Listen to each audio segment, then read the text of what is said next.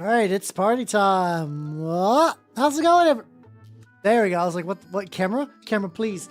How's it going, everybody? Welcome, welcome, welcome. How you nerds doing? How you doing? Black Roosters, congratulations on your first. How you doing, Horror Loving? Noise. How you doing, Nobody? How you doing, Moss? How you doing, Matthew? Supremely Noise. Ooh, I've been like really good on snaps today. Hell yeah. How you doing, Zetai? How you doing, Mini Dow? How you doing, Ars? And I forget if I said hello to nobody, but hello. How's it going, everybody?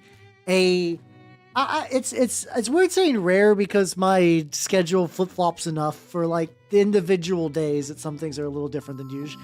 But yeah, check it out. I'm painting. Listen, I'm painting a rat. You guys wanted this, right? I also tweaked the settings a little bit on my camera, which it's a little darker, but I think I like it. I like it a bit more. It has a little more depth. This we do be snap cracking and popping. We do be popping. I feel like I had to fall up to that and it just did not come out of my brain. How you doing, 14? Welcome, welcome. How you doing? How you doing? So yeah, this fucker. I've had the individual parts of this fucker for a while, and I was like, yeah, this counts as painting rats. I think this counts. I've had this fucker for a while, and I remember when I was building Fulgrim, I just like, I don't know. I just let the spirit of the great horned rat just like assume direct control, and I merged a big fucking Verminlord with a Chaos Knight War Dog, and that's how we got here today. So you know what? I'm gonna paint them. I'm gonna paint the lad. How you doing, Kyo? Welcome, welcome, welcome. I'm gonna paint this motherfucker. Will I get him done today? I don't know. I need to get some stuff done. How you doing, Charlie? How you doing? I need to get some stuff done because, dear Lord, that's sad. Like, I was really hoping. So yesterday we watched Warriors of Virtue 2. Yes, there is a sequel, and yes, it's not worth your time. But what's it called? I was after that. I was like, okay, that's done. I wanted to start building my Saturnine box, and then I was hit. Maybe it's just that movie. Maybe I'm just exhausted. I was hit by like a terrible wave of sleepiness, and I just went to bed early. I was like, fuck, not enough hobby time. 2 Warrior, 2 Virtue. Actually, maybe more Kit Bashing streams would be fun, actually. Maybe I could do a fun stream where everybody, like, what's it called? Where, like, I let you all just, like, do a redeem to, like, vote for some pieces to Kit Bash, and then I have to, like, put them together on stream into, like, a coherent whole. That might be fun. That might be fun. Because the nice thing about having a 3D printer is I could just, like, print certain pieces, so it's like, I want, like, X thing on here.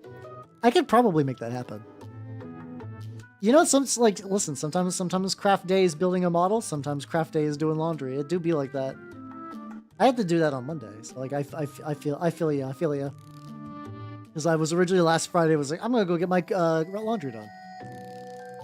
I know I need my beauty sleep, but still.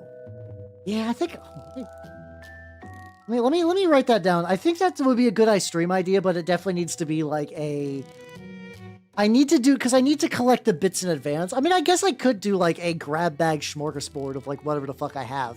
I have been organizing my bits boxes if I want to. Let me like write that down some notes. Let's see. Fashion with chat. Nope. Either chat chooses bits in advance or midstream. There we go. That might be also just like, well, like in the same way that when I did my Chaos Meatball, it's just like a fun way to say use some stuff.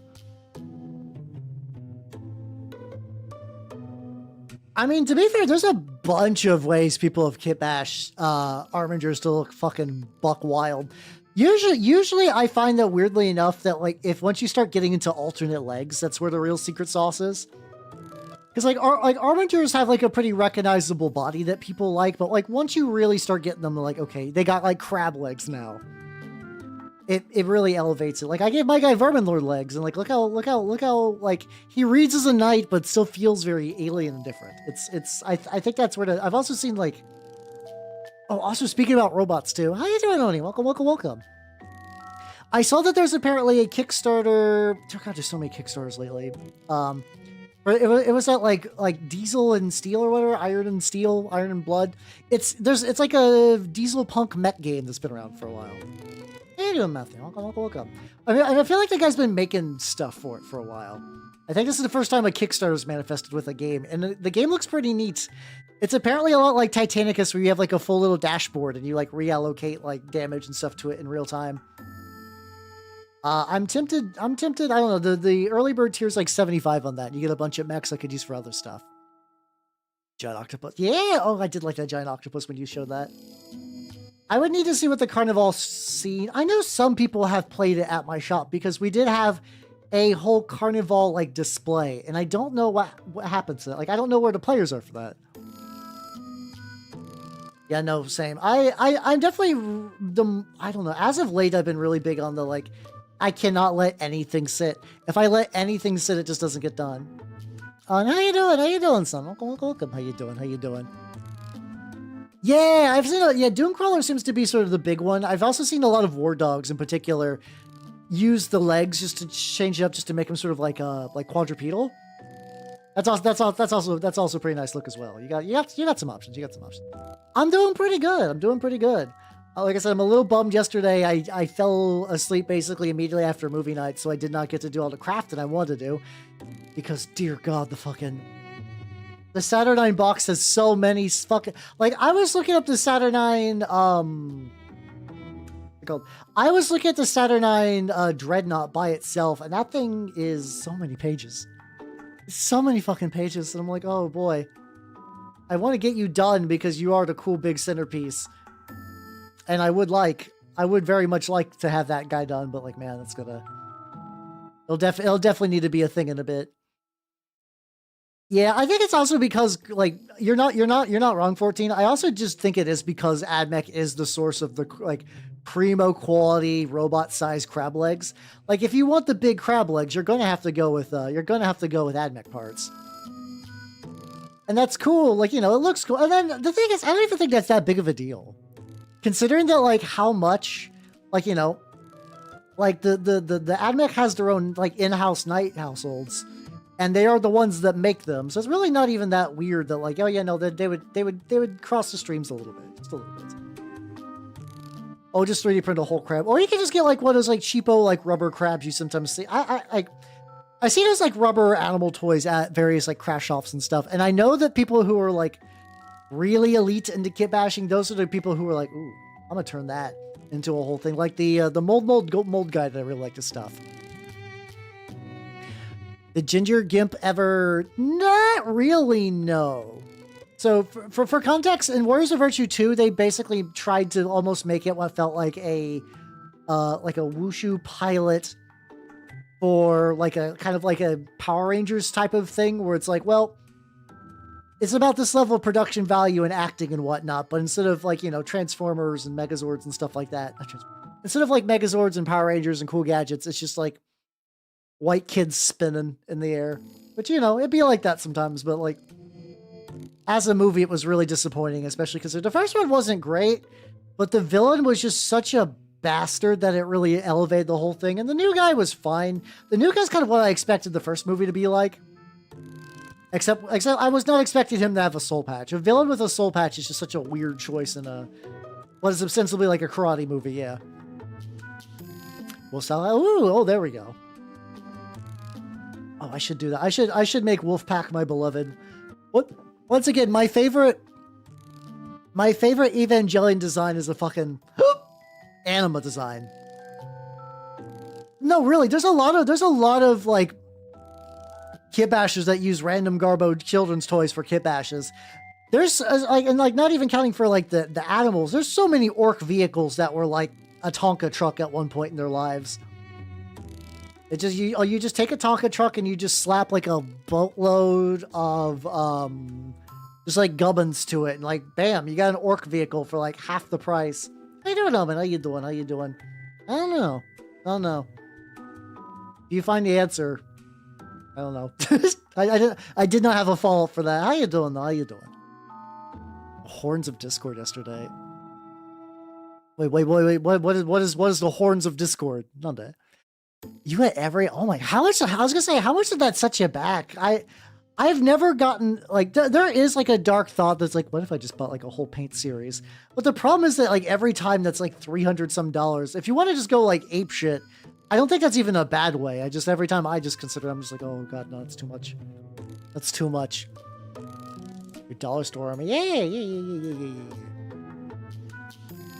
We're getting the blue stuff and make them. Oh, yeah, you could.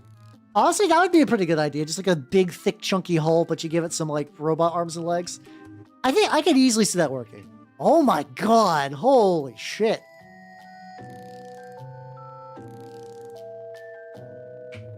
That's a spicy fucking meatball. I mean, you're never going to run out of paints. Like, you know, like collective paints. For a while. Oh God, no, I forgot. Yeah, no, you're weird horse army. Unfortunately, the best way to reboot your body is to get, like, 8 hours of sleep every day for, like, a whole year. Unfortunately, that's what you gotta do, but no one wants to hear that, myself included, because that's, like, you know, not fun. Take a little bit of metal. I'm just gonna try doing this thing. Yeah, Jesus. Molto bene. Truck with the shit glued out of my car. I'm gonna post apocalypse. Wait. Oh, that's annoying then. It do be like that sometimes. Yeah, it's work, but the thing is, like, you can't fix yourself without putting in work. It is just the unfortunate truth. I saw a fun thing where if you just take metal and just kind of hit it up like this over black, it looks pretty legit. And I mean, I'm mostly doing full coverage, but that does look pretty legit, so I'm here for it. Yippee! Around there and stuff like that. Yeah, it sucks. If you're getting, like, listen, I'm getting bad sleep, but, like, if you're getting 2 hours of sleep, if that's real, there's a reason you're not going to be doing great. I'm sorry, you're going to have to sleep. You're going to have to sleep way more than that. Order regularly put it. Ooh, let's go. Yeah, I definitely show the if you're at liberty to show the whole collection in one pic, please post it. I would love to see what that looks like. Pro Acro's got a lot of shit, and I don't mean that negatively, as in, like, they are thriving business with a lot of minis. I mean, a lot of paints and stuff. And that sounds rad as all hell. I'll leave a little. Okay. Because I saw this, there was one of the Grimdark Compendium guys talked about using his, like, bastard brushes for this kind of effect. And I don't really have any bastard brush, but he called bastard brushes the idea of, like, a brush that is just incredibly worn out and fucked up. I'm gonna run this as a war dog because, like, I'm gonna have to. The sad thing is they have. Oh god, we got ad break. I'll answer that once the ad break is over. I can make that answer real. Make that real once we're there. Oh shit, people coming in with the ad break. Why do it be like this? Oh, okay.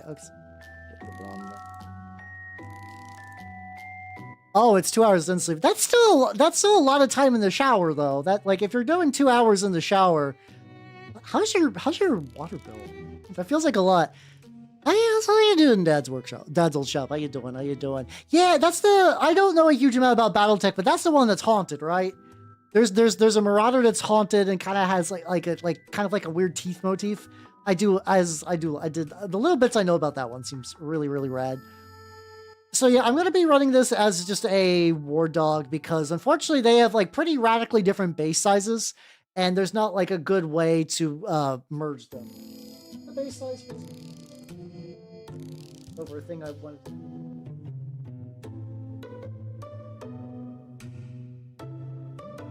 There we go. So, like, that's how you doing there. Welcome. Thank you for the money. Oh shit, 1 full year. Let's fucking go. Hell yeah. I like being clean too, but 2 hours is a lot of being clean.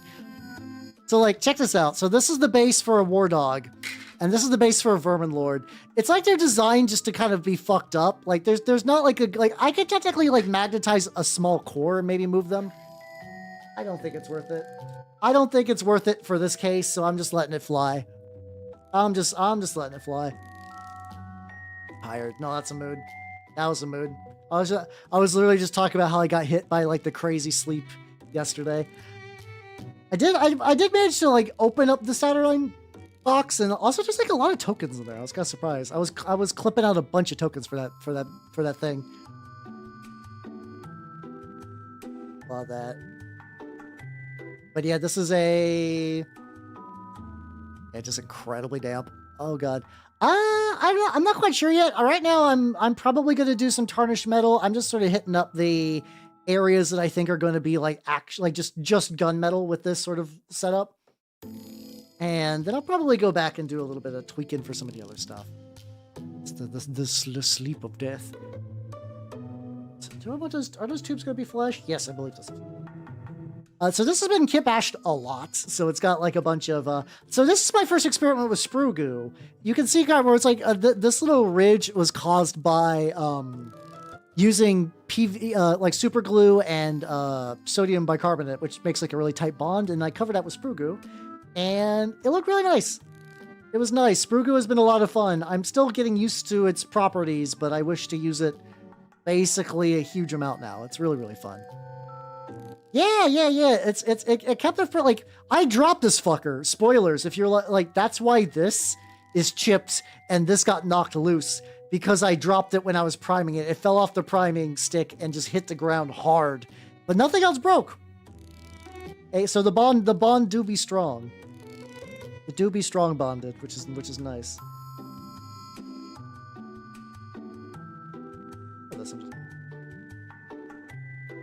I think it'd be funny if I actually kept the magnet metal. Like that might just be like a fun little bit.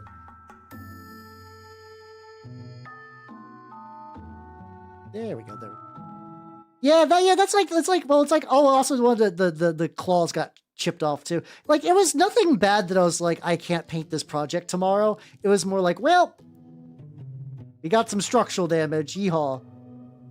Got some like metal on this little gauntlet thingy.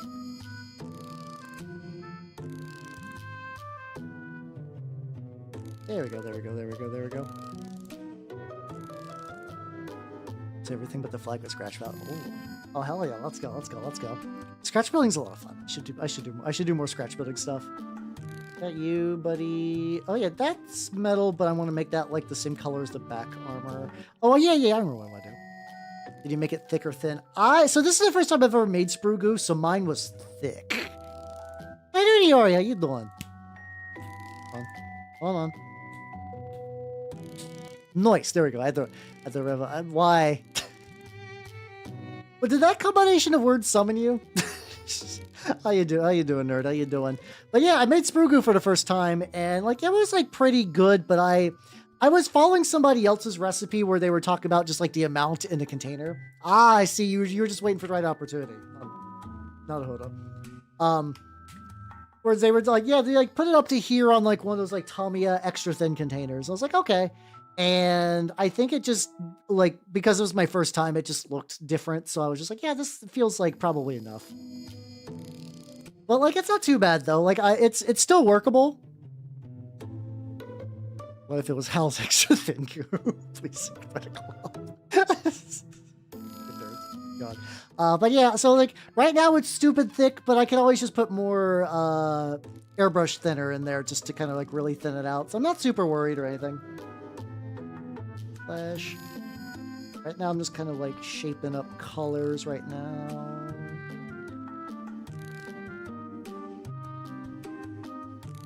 There we go. Thank you for the hydrate and stretch. There we go.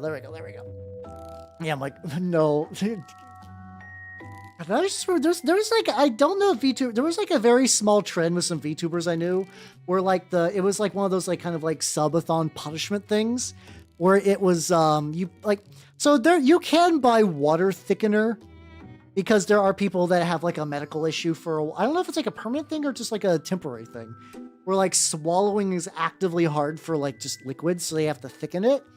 And people would just kind of do that and just kind of like drink it as like a funny haha stream joke. And it's from what I understand, it is flavorless, but it does like thicken the water, so your body's like, this isn't right. That's not right. Like that, like every now and then there's like that, and then there's a similar trend that's, I don't think it's quite gelatin. I could be wrong though. I could be wrong. It never fully hardens. It still keeps, it's still like, best way to phrase this. It's still a liquid, I guess. Well, a thick liquid, a thickwid, if you will. Like it do be like that. Maybe it's alger. My coagulants, I'm super not knowledgeable. Also, Party God, thank you for the YouTube sub. Thank you. How you doing? I'm making my war dog. So usually previously in older editions of the Chaos Knight Codex, you could have like a character war dog. And you can now, but it's one you elect when you pick a certain detachment. So that's why I put this as like the Houndpack, because if I ever run Houndpack, which, you know, whatever, this guy will be my lad. Yeah, the Thickwood definitely, like, it has a ring to it, even if the idea is horrible. Oh god, oh yeah, I didn't even think about breathing tube stuff. Yeah.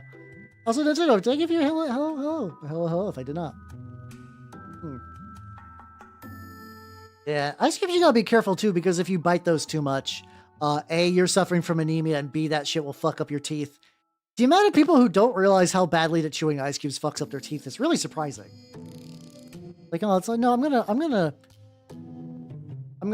gonna crunch this shit up for a while. Oh wait, is there no, like, I know that Chaos Knights tend to run like dog spam way more than regular knights run their equivalent of like armigers. Is it? I just never realized that there was just no equivalent, that you could just have like a character armiger.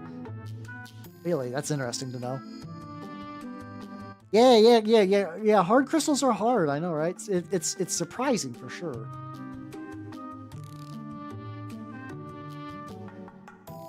We're gonna eventually this is gonna be like a different shade of yellow, but right now I'm just kind of outlining. I'm just setting like a base color before I start putting some other ones on there. That's kind of wild, but also I don't know how I feel about pure art. Like I understand that knights are a really divisive army because, like, you know, it's big robots. So on one hand, people are like, "Ooh, cool big robots," but then you also got like, well, my army can't punch through cool big robot. I guess I just die then, and I see the pain, but I also feel like if you're going knights, you gotta go big or go home. At least to me, anyway. So I don't know. I mostly play older editions anyway, so it's not like. I find my group is like, yes, we'll play 3rd edition, and that's just like an arm. Like, my guys don't even exist, or if they do, I think they exist. I think Epic is still maybe around that era. Yeah. I mean, you're not alone, I don't think, but unfortunately, I think that's why a lot of people just run the Knight Ketis or whatever. I know that's like the character Knight that's apparently really, really fucking good. So I'm laying on this, like, I'm basically reusing some flesh techniques that I've used before because I think it'll look good on this guy. So that's what's going on here. Like using the evil red, aka kind of like a purpley, reddy, fleshy tone or whatever. Well, I think it's not even like it's that kind of thing where just like some armies just don't have like good options for that. So it's not like they don't want to. And like that there's also kind of like an inherent, like, you know, like sort of like a rock paper scissors of like, oh, Eldar do a lot of damage and are fast, but if you hit them, they explode. And some armies are just like, yeah, no, they just can't deal with high toughness and a lot of HP. That's their weakness. Otherwise, they're like, you know, they can mulch infantry all day, and they can scoot across the map really fast. So I get it. I get why people would have an issue. I'm not unsympathetic. Or yeah, you get clapped. Or yeah, an army gets clapped in melee. I still think most knight armies get clapped in melee. I think that's supposed to always be like the thing that kind of, like, you know, balances them. I think. How you doing, Weiss? How you doing? Welcome. I mean, that makes sense. See, I like that. I like that version of like, yo, you bring a big boy, buff all the smaller ones. I do enjoy that greatly. I think that's an acceptable thing. I just know for a while in Chaos Knights, it was just like never run a big knight ever, just run all small knights. And I think that's coming back a little bit. Once again, this is that weird thing where I mostly don't play 10th edition 40k, yet I still keep up with the changes and stuff. Yeah, it's everything I hear about 4th edition just sounds really fucking jank. It's really funny too because like as somebody who really enjoys playing with the 3.5 Chaos Codex, I own the White Dwarf where they were revealing all the stuff from 4th edition. They're like, well, good news, it won't be confusing anymore. And I was like, man, it's sad watching Soul die like that early. That early into the life of the game. Oh, yeah, it's like the big knights get evaporated, or they just don't have enough power, except for when they do. I do think balancing them is kind of hell, and I know a lot of people are like, you know, how about you just finally release like knight, like serfs and stuff like that? Like there's I think it was a 9th edition codex that had like a really, really bitchin' army of like Chaos Knight kind of like serfs and stuff like that with like kind of like classic Chaos Warrior aesthetics and stuff.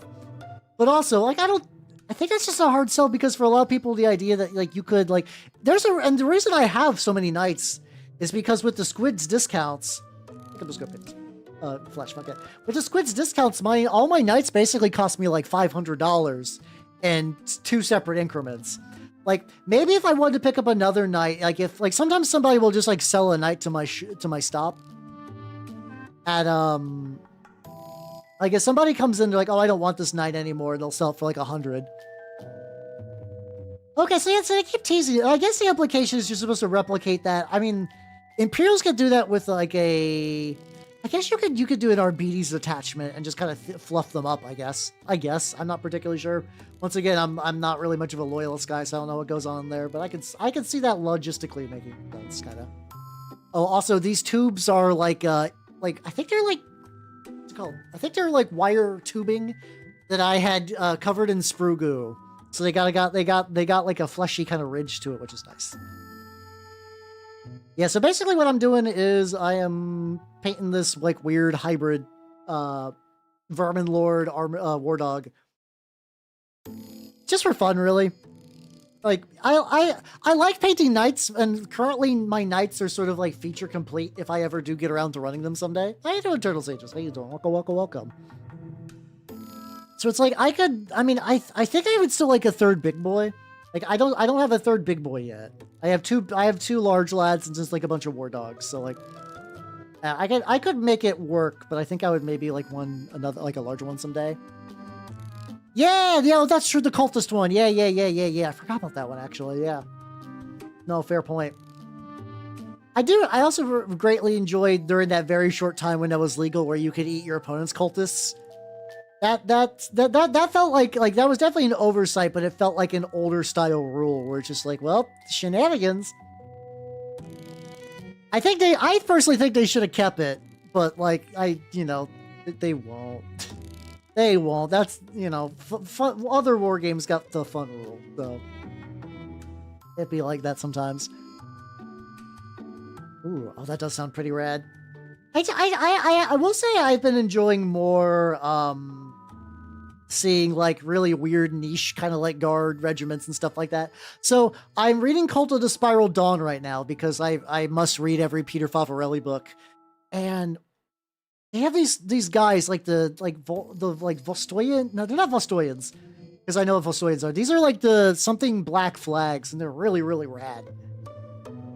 They're like kind of like vaguely Russian-ish, but they come from a coalition of like 5 worlds, and they all have like black armor and like black kind of like beaten metal plates on them, and they're all like heavily tattooed up, and the main guy is basically like entering like feverishly, like their commander guy is currently, every now and then he'll just be seized by visions from the Emperor, and he'll just take an auto quill and start scribbling on this wall, and sometimes he runs out of ink and he just stabs himself in the wrists and he just keeps on writing. And I'm like, oh, I love shit. Like every time I see like weird, I think I just like Peter Favarelli's take on guards, like guard regiments. There's another really cool one in the in Firecast that were kind of like aggressive Spanish Catholics, and like were some of their like junior commissar.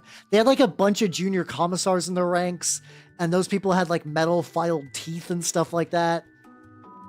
I was like, oh, I love this shit.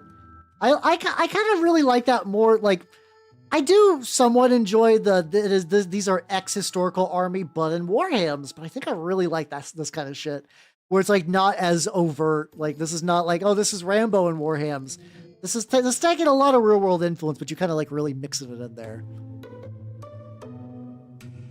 Yeah, that's true. Yeah, you could have done that that could have been the rule where it's like you can eat the enemy cultist, but you only get a buff from your own. So sometimes if you're playing against really just chaos space marines, tactical advantage for eating their lunch.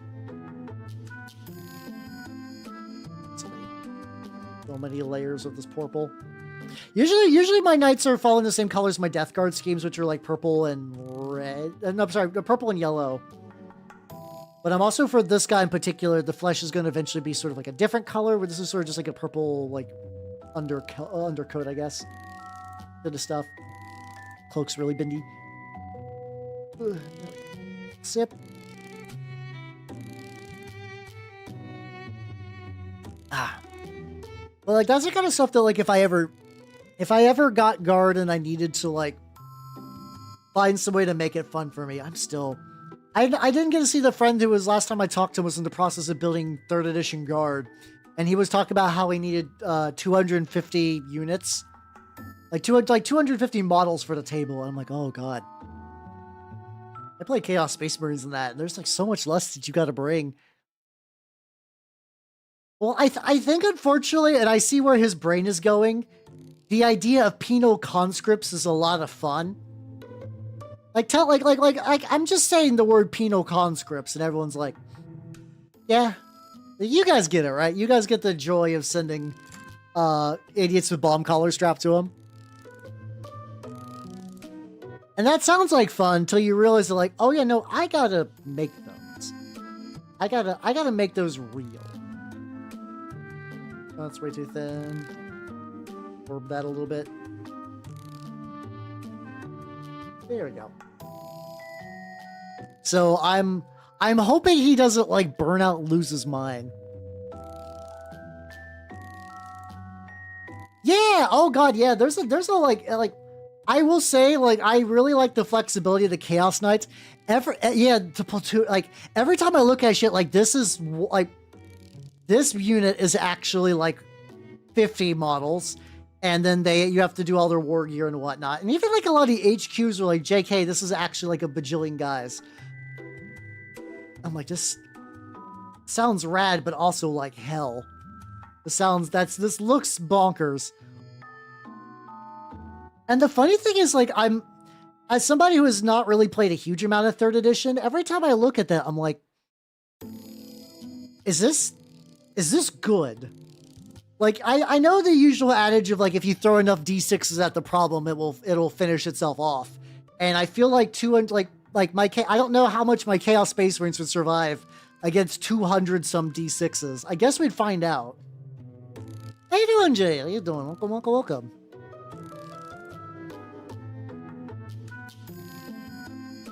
Yeah, God, yes, stuff like that. I mean, yeah, exactly. I don't know what modern guard list building looks like, but it's probably not that insane. I have to imagine. Yeah, I feel like 150 orc boys is a lot.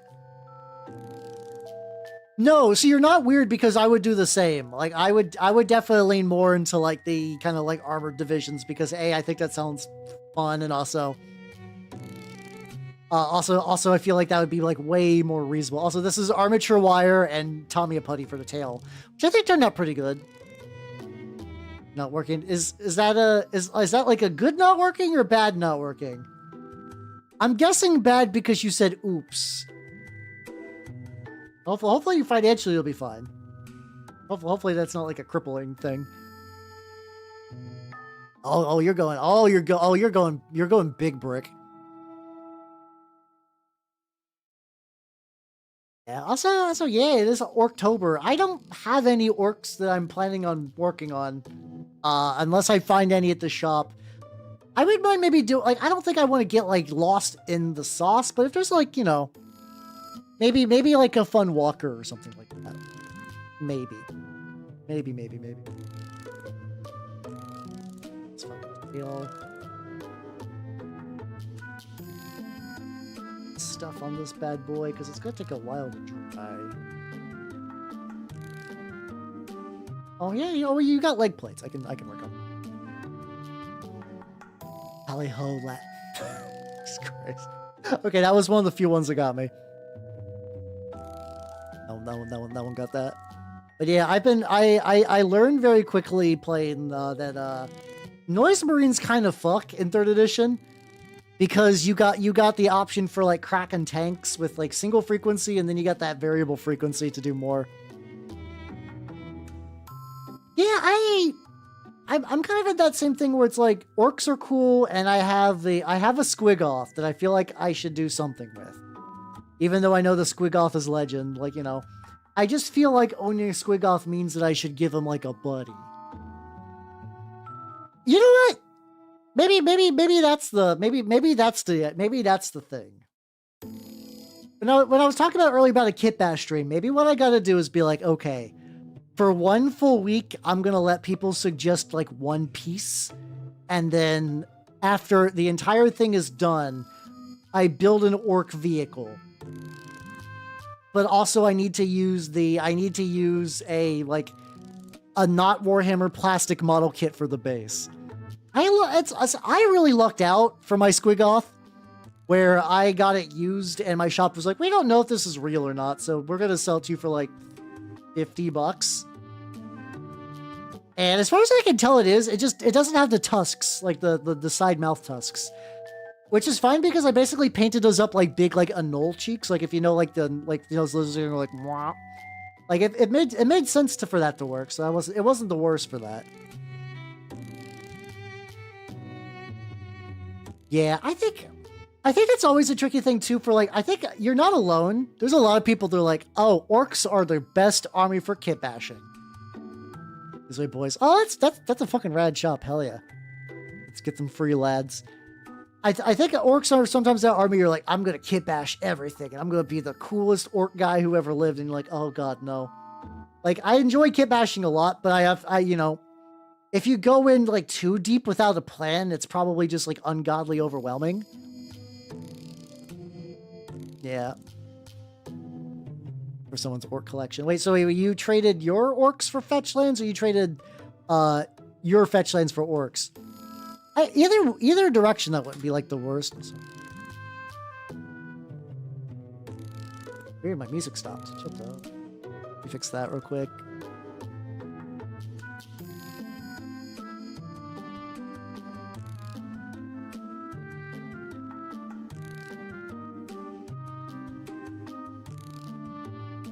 There we go. Alright, let's get some Tokinosaura. Hell yeah, let's go. Yeah, anyone definitely can kit bash, and I enjoy kit bashing more than regular style models. I'm at the point where it's like actually painting like vanilla models is kind of like, I'm kind of like, oh god, why am I doing this?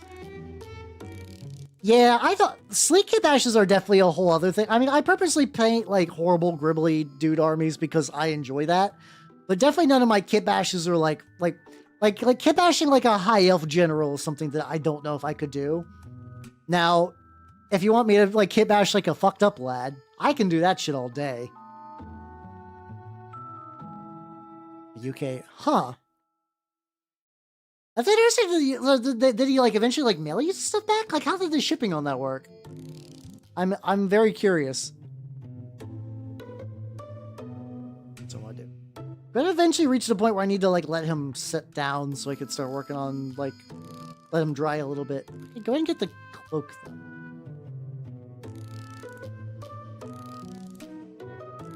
Maybe that, but I think it's more like it's kit bashing something, but you're not making it look gribbly. Yeah, that's just like, I mean, like, I could get some cheap Gunpla. I have some cheap Plomo. Like, I have some stuff that I wouldn't feel bad if I ripped apart. Like, I like my mass-produced Ava unit, but if I decide to do a mass-produced There we go. I mean, I could do a dollar store. I think, okay, so here's probably what I'll do. I'll need to think this through. I'll probably put it to a vote of like a combination of like an animal and then maybe like a type of vehicle and then maybe some other bits and just have everyone vote on that. Maybe I'll try to get this done by the weekend, maybe? And then everyone can vote on it midstream and then I have to go and fetch all the stuff for it. I can make that work. Then I could build it on stream for one stream and then on a later stream paint it. And that would be Orktober. That's how I would celebrate Orktober, by building some weird abomination.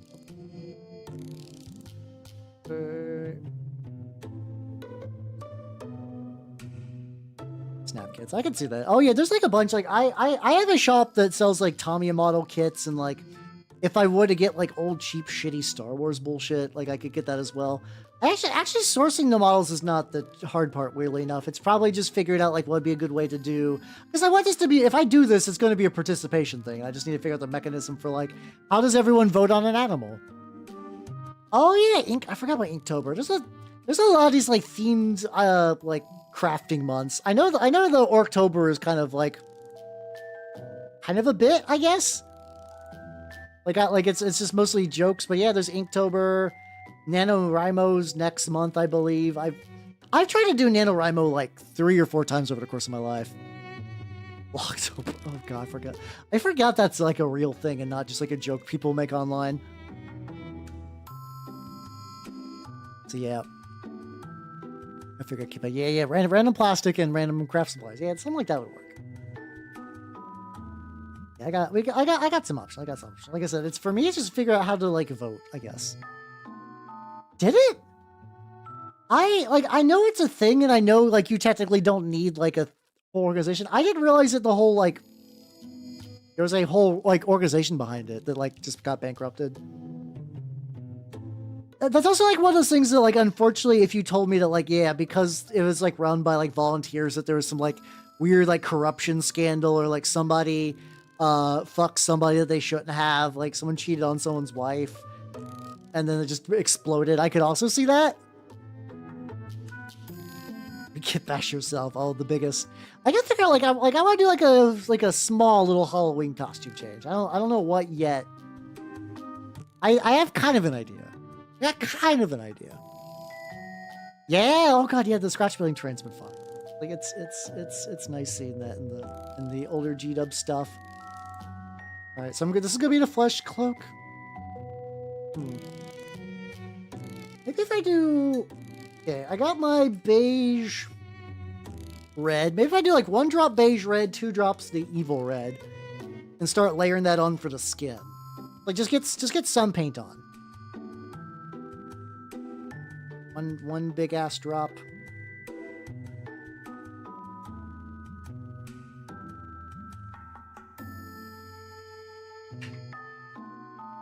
Yeah, self-casting, like I don't have a huge use to do it myself, but I've seen people do some really, really neat stuff with it.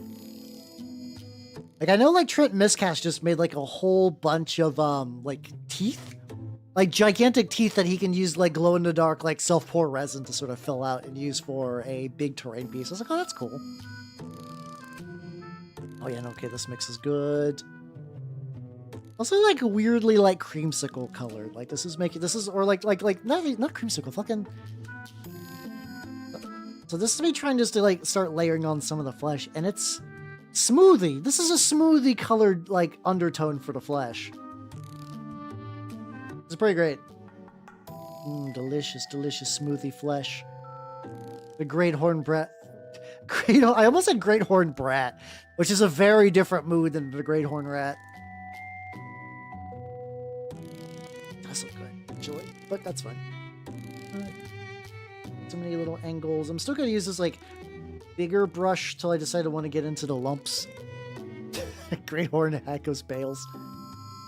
Hey, it's been a while since I watched any of her clips. I think the last clip I saw of hers was her like we are getting like zoomers and like, you know, and I mean actual zoomers, but like the ones that are like in their like kind of like mid-20s getting nostalgic for like iPad games. I'm like, oh god. Old. I'm so old. Yeah, no, it was wild. She's like, man, remember when games were good, like Fruit Ninja? And it's like, what's happening here? you are a grown woman and an idol, but also you are a child. I hate it here. I hate it here. There we go. Let's play it to her. It's fine. Wait, so you're saying that, like, I thought you were talking about explaining her being a Zoomer. Is she just, like, genuinely young enough that the idea of, like, Warhammer just kind of bounces off entirely? Because that's, I guess it's not surprising. Like, there are, like, Zoomers in Gen A that like Warhammer stuff, but, like, you have to be kind of conditioned for it. And if you're not gonna do that. Oh, that's sad. I never considered the idea that, like, people would try to replicate mobile games in arcade cabinets. That kind of defeats the point, but I guess if you're, like, nostalgic for Fruit Ninja, I guess you would spend money, which is weird. God, that feels really, really weird. I don't know how I feel about that.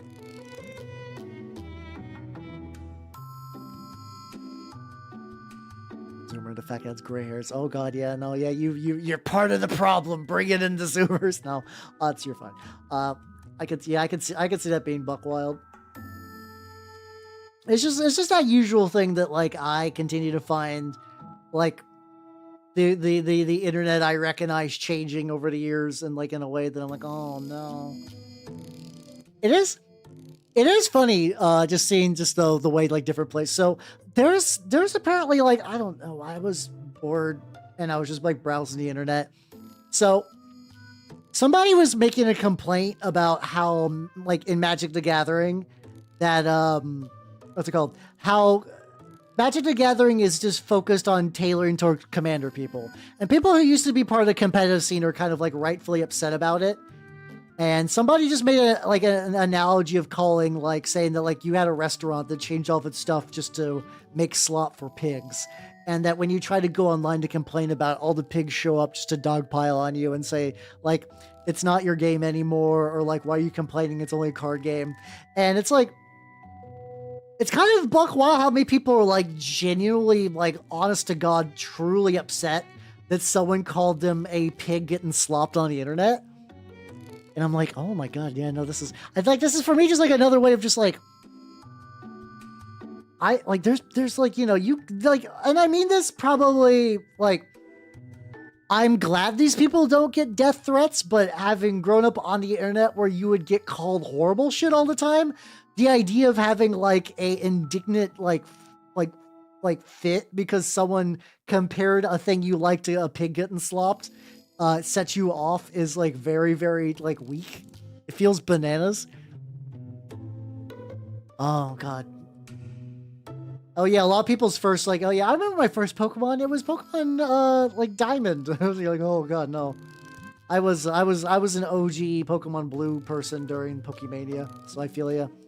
I feel ya. That's true, yeah. Because, like, you know, there's dad jokes, but then, like, if I make a dad joke, or I can do an uncle joke. I'm legally allowed to make uncle jokes because I have a niece. However, I cannot truly channel dad jokes because I have not attained fatherhood just yet. Yeah, same. God, yeah. Though it's also really funny thinking just how, like, close, like, Minecraft has changed, like, a decent amount since, like, the original Minecraft that I played back in college. But not that much. Like, in the grand scheme of things, it's pretty close. Like, you know, they added, like, hunger, and now you can apparently make a spear, I guess. I don't know why. Like, I don't know what a spear really changes for the gameplay, but sure. I think it's just, like, that joke about, like, all the people who work on Minecraft are working on what is easily, like, the easiest job of all time. You work on, like, one of the most billion-dollar games of all time. And then just, like, every now and then you're like, I don't know. A cave? And, like, there are people in their basement who make mods that are more in-depth for free. It's just buck wild. Oh yeah, I had the little, like, I had this, like, big old fucking, like, clamp light. It was like, I had a Game Boy Pocket. So you would clip on, like, this gigantic black light to the front of my Game Boy with little light that just kind of, like, floods the screen, and it had, like, a big old magnifier. Oh, Sapphire was your first Pokemon. That's still too... young for me. It's still too young, but it's fine. It's less aggravating than like a DS era game being someone's first Pokemon. That's less brain hurting. Yeah, I don't get that. Like like maybe they do market testing and they realize that if they make any like real change to the game that like all the children and YouTube people will flip out. I don't know. I don't know what leads to someone having like a game like that with so much like, you know, options for expansion and just be like, what if I made copper? Guys, copper shit. Why did you make copper? What if you could have copper brick? I think they've added more uses to copper since then, but it took them a while. It took them a long fucking while. So how you doing, Baconator? Welcome. How you doing?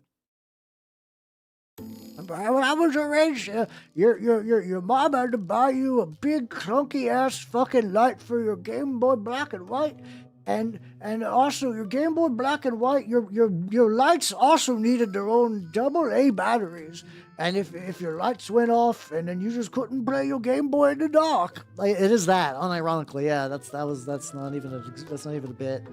That's not even a fucking bit. Wild. Yeah, something like that. I mean, I guess that's just Breath of the Wild, I guess. Okay. So I just put my brush in the wrong thing.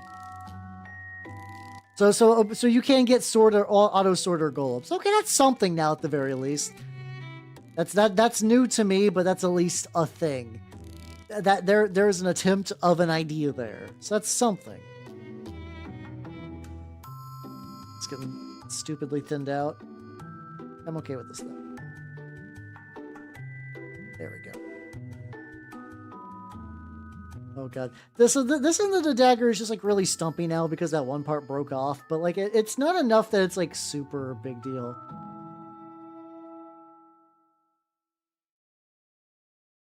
You have to definitely touch up a lot of the skin areas, but overall the idea that I'm shooting for seems to be here, and it's going pretty legit. I'll probably need to do some blending first. There we go, lad. Oh, maybe I definitely need to make the meat eventually. I definitely need to make his meat like really like glossy. I think that'd be a good idea.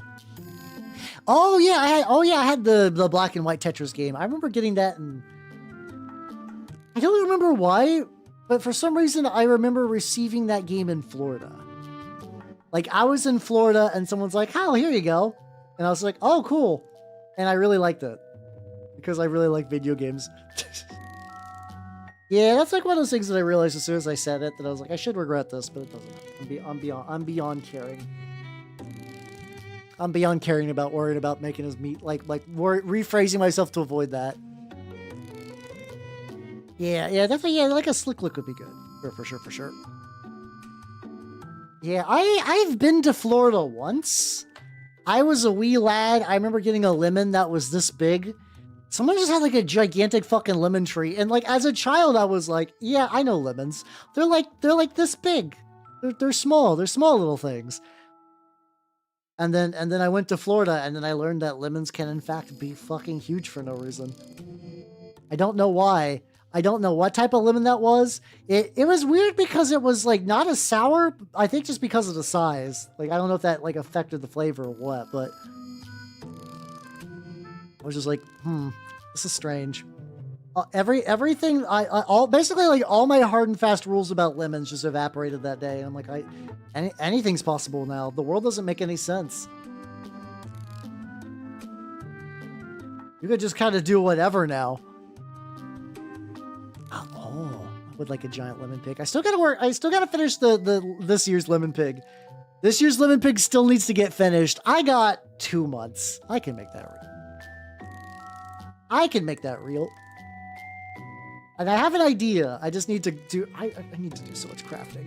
I have so much crafting. Yeah. Well, what happened is like I'm realizing that as much as I like the idea of submerging the lemon in resin, it makes a model that is so reflective I can't really show it on screen. And like, no matter how much I try, air bubbles get caught in there, and that kind of creates like a weird.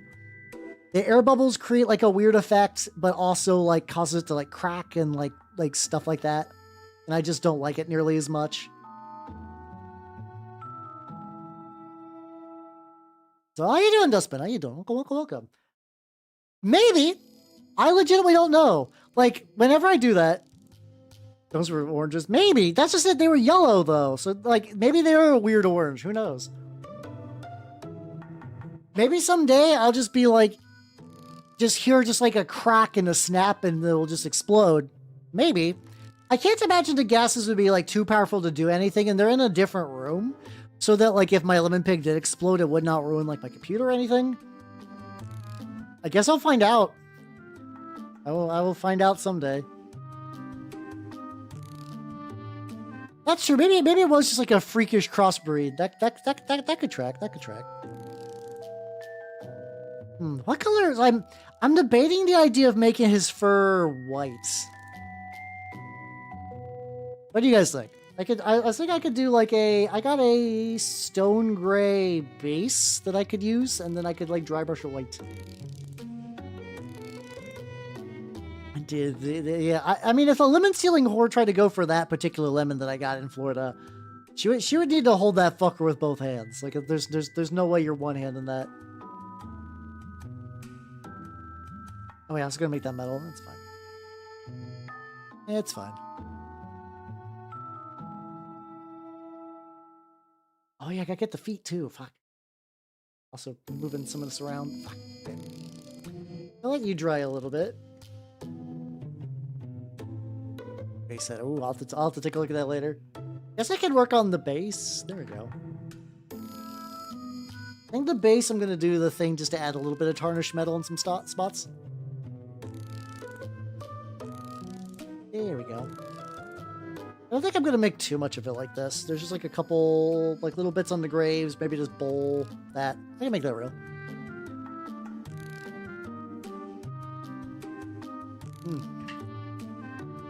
I'm also wondering if my camera is slowly shifting because I feel like things are moving. I was like, I'm gonna do a thing real quick. Check them out there. All right, I'm still here. I'm just doing like a quick camera adjustment.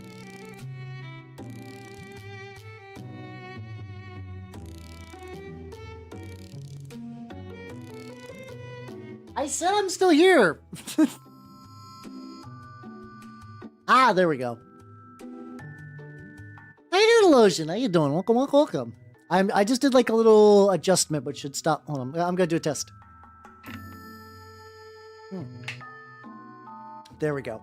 Oh! Speaking of model stuff, I have gotten more contact with Nalzina Mama. And I got a price estimate, which is honestly going to be pretty good. I'm feeling pretty good about it, so I can maybe do like a little, put that on Throne or something. I don't know. But yeah, she's also saying that like on the off chance that like maybe if someone else bails, I might even be able to get the new outfit earlier. Oh no emotes. This is good. I mean maybe emotes. So it's kind of funny because I've always done things piecemeal. I've never done like a full like redo everything. Like get like a whole bunch new emotes, get like a new background. Like a lot of VTubers do for like a big old thing. That might be fun to do though. That might be fun to do. That might be neat. Oh yeah, like I think I saw a commercial for the goop and I was like, this is cool, but not cool enough for me to do a whole order just for some goop. Let me know how the goop is. Let me know how the goop is. But yeah. So I'm very excited. So this is like technically an unfortunate thing for people who live in Japan. So the yen is like catastrophically weak. It's real fucking rough for people who make their money through yen right now. For context, like my and like this is not me like dissing the price. This price is good. Nazumama quoted me roughly like from the higher end, maybe like 80,000 yen, which using my old math metric would be like a couple of years ago. I would have told you that would have been roughly like $800, which still still totally fine. That's like 500 something now. It's bad. Like if It means that if you buy stuff directly from like Japan or Japanese artist or whatever, it's a real good steal. But also though, damn, it's fucking rough. I would say do like, do a debut Kyo if you want, like if you think at the end of the day, like if you think it'd be fun, definitely do it. Like if you feel like you're doing it out of an obligation, I don't think you're gonna have as much fun. But like I think doing like I've done like a debut when I went like full mimic mode, and that was a lot of fun. I didn't do like a full asset refresh or anything. I still think it was fun though. I still think it was fun. But like if you feel like you're just like you're obligated to, I wouldn't do it. I wouldn't do it. I also noticed like some promotional boost benefit as a thing as well. But like I think even beyond that, it's like do it if you think it'd be neat. Yeah, I mean I am giving money to the Japanese economy, which I would have done that for Nazuna Mama anyway. She's a sweet lady. She's like it's really funny just like see every now and then she'll post like her like day-to-day life stuff on Twitter, and like she's like the most like what's the best way to say this? She's like the most like averagely sweet Japanese lady of all time. She's just talking about just like going on walks with her little dog and just going to see like horror movies. It's like, oh, this is nice. This is nice. She's just having a good time out there. And then on her spare time, she makes people like me. So it's like, yeah, let's go. So you should order more robots. Yes. Oh, yeah, I should tell you guys that one Kickstarter I was talking about. The like of like oil and iron or whatever, because they got it's like diesel punk mech Adaptus Titanicus, which seems really legit. I was actually thinking about getting the Kickstarter for that. Maybe, I don't know. I probably shouldn't because I do need to save. The Kickstarter is tempting though, because the early bird price is like 75, and a lot of those models actually would make really good sentinels for like Imperial Guard stuff. But yeah. But yeah, you should definitely buy more robots for sure. But yeah, that also means like sites like Skeb or whatever that are like primarily for contacting Japanese artists, or like if you're looking for art, Skeb is a real good time right now. Especially because there are some artists that will straight up charge just like, oh yeah, fuck, there's another art piece I never showed you guys. Well, I posted it like on Twitter and stuff. But I don't think I've ever showed it on stream. So there's a Japanese artist who specifically really likes drawing anime people and like exotic ocean wildlife. That's just kind of their thing. That's just like their intersection of niches. And I think it was Echo who showed me this person. And I was like, all right, let's test their credibility. Let me get this like little bit. Let me get this little bit on this little nubbin, and I'll pull out the picture I got.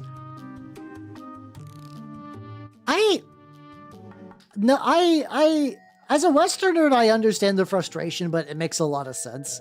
Unfortunately, you can reach the point that, like, if you're in a country with a weak, like a weak dollar, or at least like a weak, weak currency, it can get to the point where your own services just become too expensive for people like around you and people you know. So that is why some C people will just charge like Westerners like a more expensive price, because like they know Westerners can pay for it, and they also want to make sure that like people they know could also afford their stuff. It sucks because like, you don't, the idea of getting a thing that's more like made more expensive just for you, it feels bad inherently. And I totally get I get the feels bad. I also see why people do that. Yeah, exactly. It's like, it's hard not to feel like I had stuff like that happen where it's like, this was not aimed directly at me, but it feels bad. I think I was in like a big group collab once for like a big thing. And it was just like someone needed to fill an opening. And I was like, oh, I could come on early or whatever. And they're like, you're not going to be able to. The VTubers that are currently out right now, they do not allow like a male collab. And I was like, okay, understandable. Like logistically understandable at the time. I was like, ooh, this fucking, that fucking smarts. But anyway,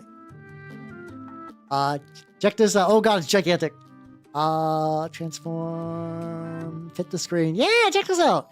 I really, very casually, but I really like Portuguese man-o'-wars.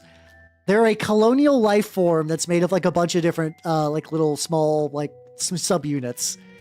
And they do look like jellyfish, but actually they're not jellyfish. They are a colonial life form, and they will poison the fuck out of you. Sorry, Shell Silverstein. I'll put myself directly on top of you. And I was very happy. I was like, yippee. I mean, you know, they were an ocean nerd. So I figured this was going to happen. Yeah. I mean, it's a combination of a lot of things that lead to that. And like, it's like one of those things, like I said, like logistically, I understand, but at the moment I felt, I kind of felt bad. Cause like, you know, so a lot of VTubers are like, and I mean this in the best way. A lot of them are nervous shut-in women that just don't do good around men for various reasons. So that also explains. And then you got the ones that are like, oh yeah, no, I'm in like a corporation thing, or like my primary audience is like girlfriend experience. So like if I am in the same room with like a VTuber male, that would be considered like an audience betrayal, and like I could lose my livelihood if I do that.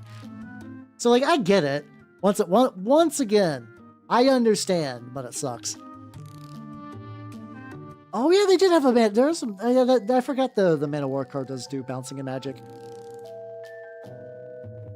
How's the DM experience? Yeah, usually if I'm doing like DMing stuff, actually, I get away with that a little bit more. People are way more lenient on like a DM doing that kind of thing, but for like in a non thing, whatever, it's a very different atmosphere. So, but yeah, I'm very happy about the joke. But yeah, that's what I was like. The main point wasn't really to dwell on that. It's more like sometimes like a thing will be kind of like put in place that for you, you're like, man, this sucks, because like you feel targeted, but you're like, well, no, it's not. It's like, God, this race has been ruined, but it is kind of a nothing personal.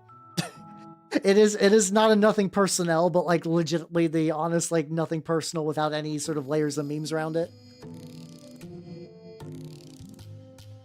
Yeah, and strawberries, wait, is it strawberries that aren't berries and they're not straws either? I vaguely recall strawberries had like a similar sort of deal, where it's like they're not all any of the things that their name implies. But do you know what horseshoe crabs are, though? They are friends. They are friends. And yeah, I got that jellyfish art too, which is really nice. I forgot to show it off on stream on Tuesday. I will say I kind of do like painting today. I just had like a lot of stuff to paint, so this actually feels really, really, really nice. I think I might, maybe like I'll probably eventually go back to 2 minis a week. I mean, 2 video games a week. I don't know when, but eventually. Yeah, friend-shaped and friend, you know. Sometimes the reason that they are friend-shaped is because they are in fact friends. And then you can milk them. Just think about the fucking like horseshoe crab farms where they're just like hooked up to machines and just blood is siphoned from them. Was it? I think it was for like medical reasons. Was what was brought up last time. Something like that. Peanuts aren't nuts, but that is nuts. That peanuts aren't nuts. Getting stupid. Oh no, this is getting stupider and stupider. Okay, it's way too thin. They technically are peas, though. That sounds right. That's probably true. Or like nut peas. I hate... You know what? I'm okay with the fact that peanuts won the branding war. I'm okay with that, though. Oh, isn't it because, like... I actually don't remember. I don't remember the reason for distinction on that. Do anything else with the... Okay, I think this is good. So I'm gonna let this dry a bit. Let's go back to our choppy lad. I don't want to do this. I think I need to do another layering of this, like, dirty color before I... What's it called? I can make shoes out of it.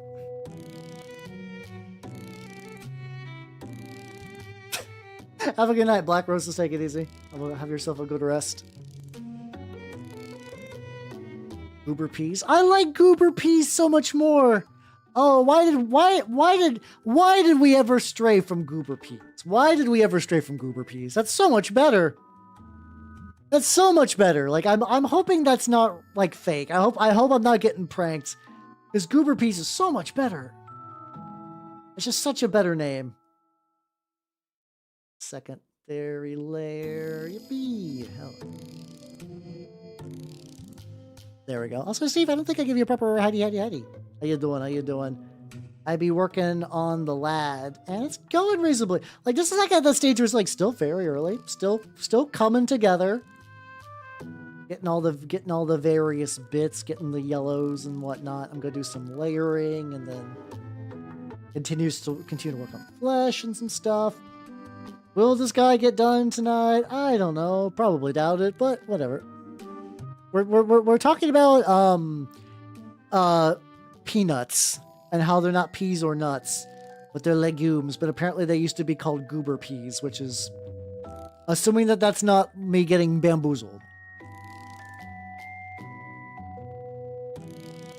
Okay, I'm learning. God, there's so much. Like that's like one of those things that's like there's like, I know there's like a last podcast, the left episode where they're talking about the history of like how much molasses affected things, and you're like, oh god, the ripples forever. Oh, okay, that's okay, you know, I'm a bit less jazzed. Like I know goober is a fun. Oh no, wait a minute. Did the word goober come from slavery? I love goober as an insult. Oh no. Okay, wait a minute. I'm getting conflicting. I'm getting conflicting things. Okay, that's good. Because I like the word goober. Goober's good. I guess if you can get away with saying it on SpongeBob, it's probably not too bad, but like, you know. Maybe they didn't know. Maybe they're like, I'm a goofy goober, and then like 8,000 people are like, SpongeBob, what have you done? SpongeBob, what have you done? There we go. Brown. I feel like I got leaked that a couple of times. Oh, okay, it's just short for P. Okay, thank God. Okay.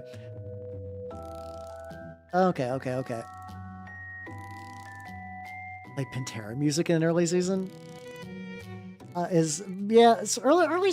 God, like it is really weird seeing that kind of like shift from like early to later SpongeBob as like, not to be like, yeah, early SpongeBob was like real fucking grim and dark, but like you can definitely tell that like, definitely it was like not that like once again, not that SpongeBob was ever like fucking brutal, dude, but like just watching just kind of get sanded down just to like the smoothest, squeakiest version of itself.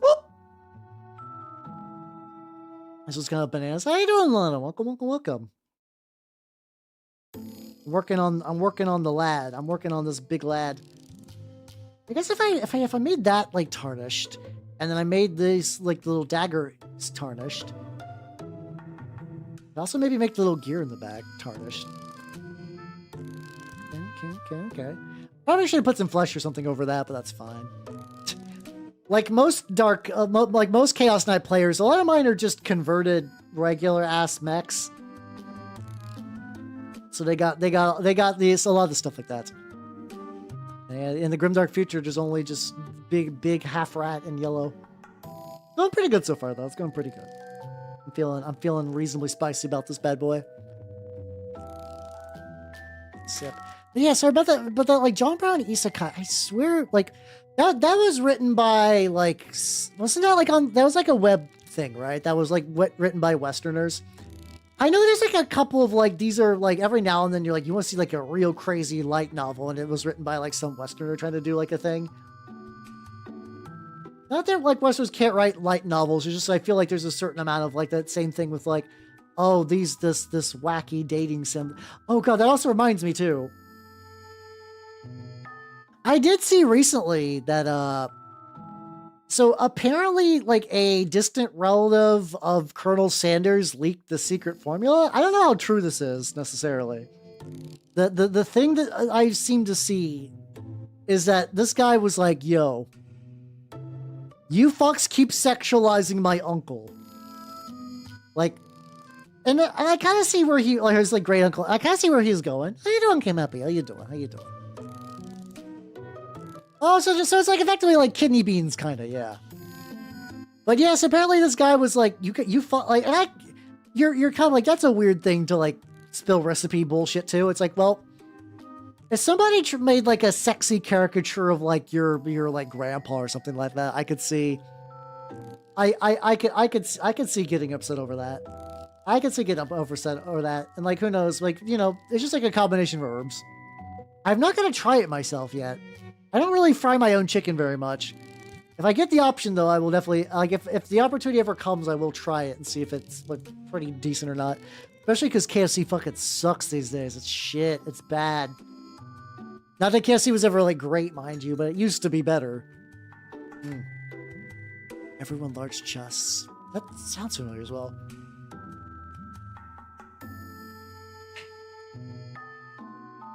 I'm actually trying to remember if I've ever... Well, I'm trying to remember if I've ever seen, like, if I've actually ever read a light novel. I might not have. I might not have, actually. Duke mimics it. Hell yeah, let's go, let's go, let's go. He's a really old man, he said the line, indeed. But, yeah, oh god, I will admit that I do greatly enjoy, like, I think a couple of times, like, for, like, Contai collection and stuff, they're like, this person served on this battleship. And they're like, old man, you were in World War II. They're like, yes, I definitely really been on this battleship, and oh, the atrocities I've done. Like, yeah, grandpa. We made her into an anime girl. Oh. Usually it's like some, like, I don't know if it's like a politeness thing, but it's always like, she looked like a nice girl. I mean, I guess it's also like, you know, I guess if you do that and then, like, old man, like, flips his shit, it's not gonna be great for an interview. I vaguely remember somebody doing, like, an American ship from Contai Collection, and the guy was like, she's got big tits, hell yeah. How you doing, Chieftain? How you doing? Welcome. How you doing? See, for me here, it's like, so, like, other countries got nicer KFC in terms of food quality. Ours is basically just, like, grease slurry now. Like, it'll just leak through your bag. It's real unfortunate.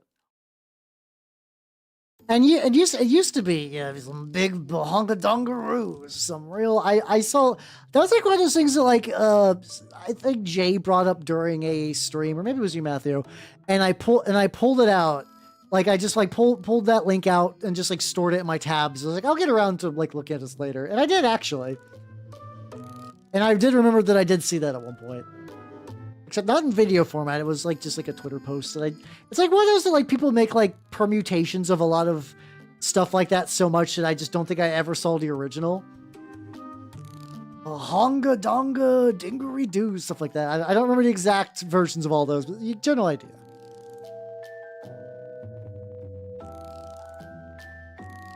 A huge mahunga gunga huge mahunga gonga loses. There is something like that, yeah. Something like that, yeah. I'm getting to general ballpark for these. Yeah, fuck. Need to get the plates as well. We're happy with the way the lad's turning out. Get the lad. Oh yeah, this guy's got trim too. Fuck, why does everything have trim? Why does everything have trim? Oh, there we go. There we go. Yeah, not without the honka-donka badonkas. 3 seconds. Hold on.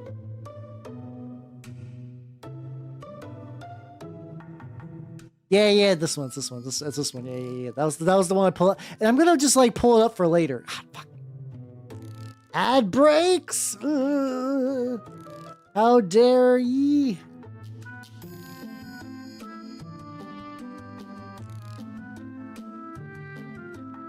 It's really old man. I do be an old man. I guess that's technically part of my branding. I guess I don't I don't really advertise myself as hag as I should. I do advertise myself as hag, but like usually I have to wait for someone to come to me before like I'm old.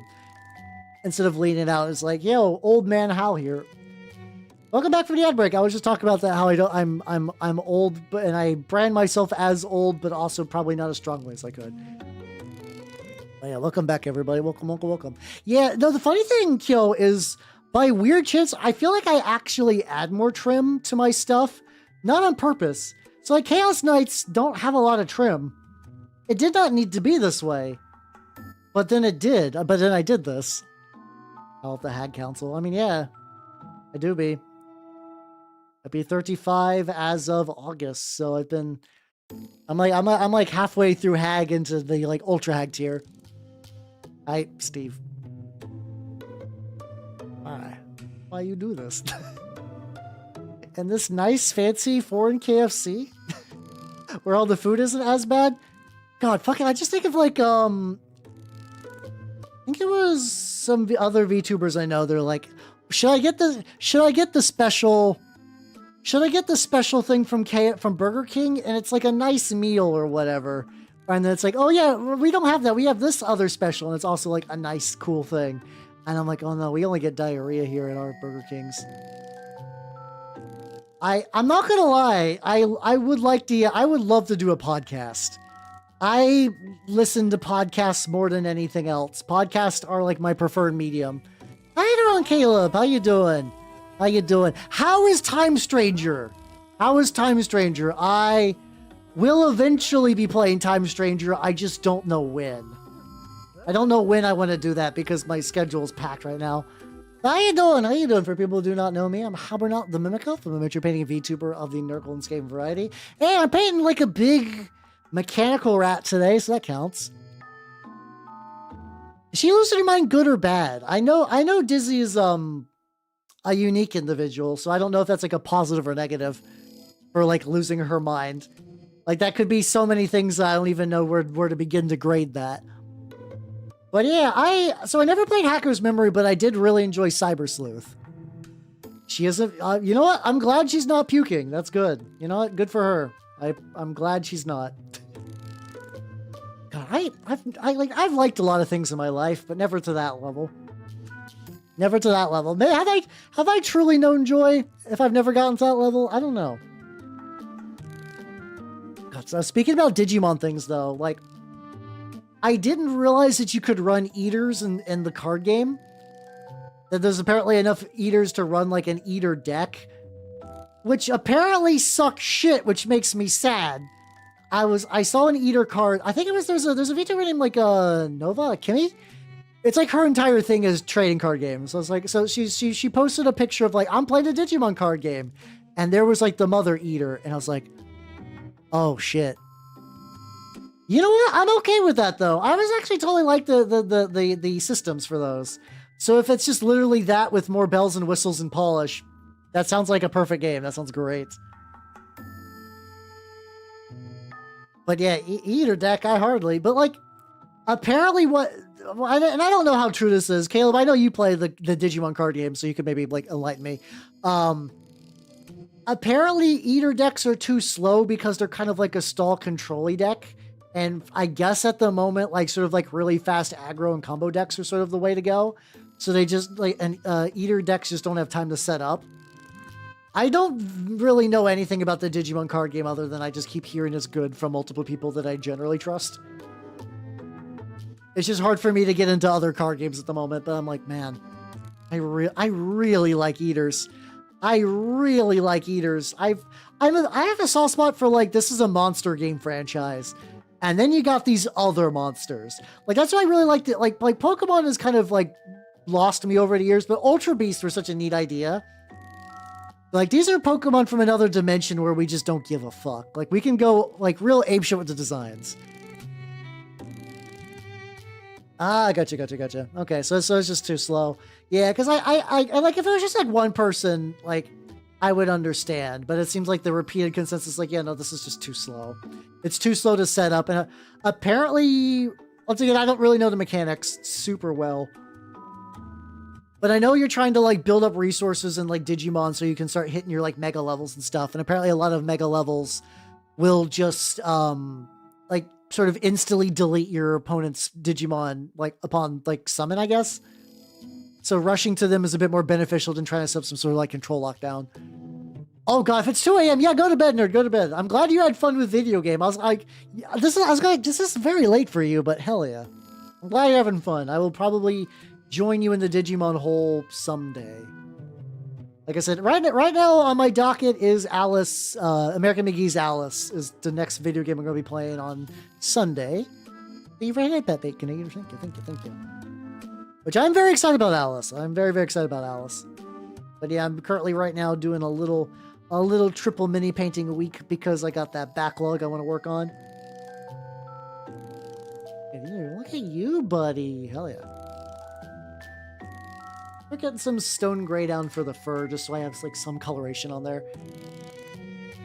Okay, so that's like stone gray, medium gray. I could do medium gray and then dry brush with stone gray. That's probably the way to go. That's probably the way to go. But yeah, every now and then I'll learn about other TCGs that are really, really good right now, which is interesting because Magic's not really good right. Magic's in a rough place right now, but also I can't really pivot to any other card game. Let's see.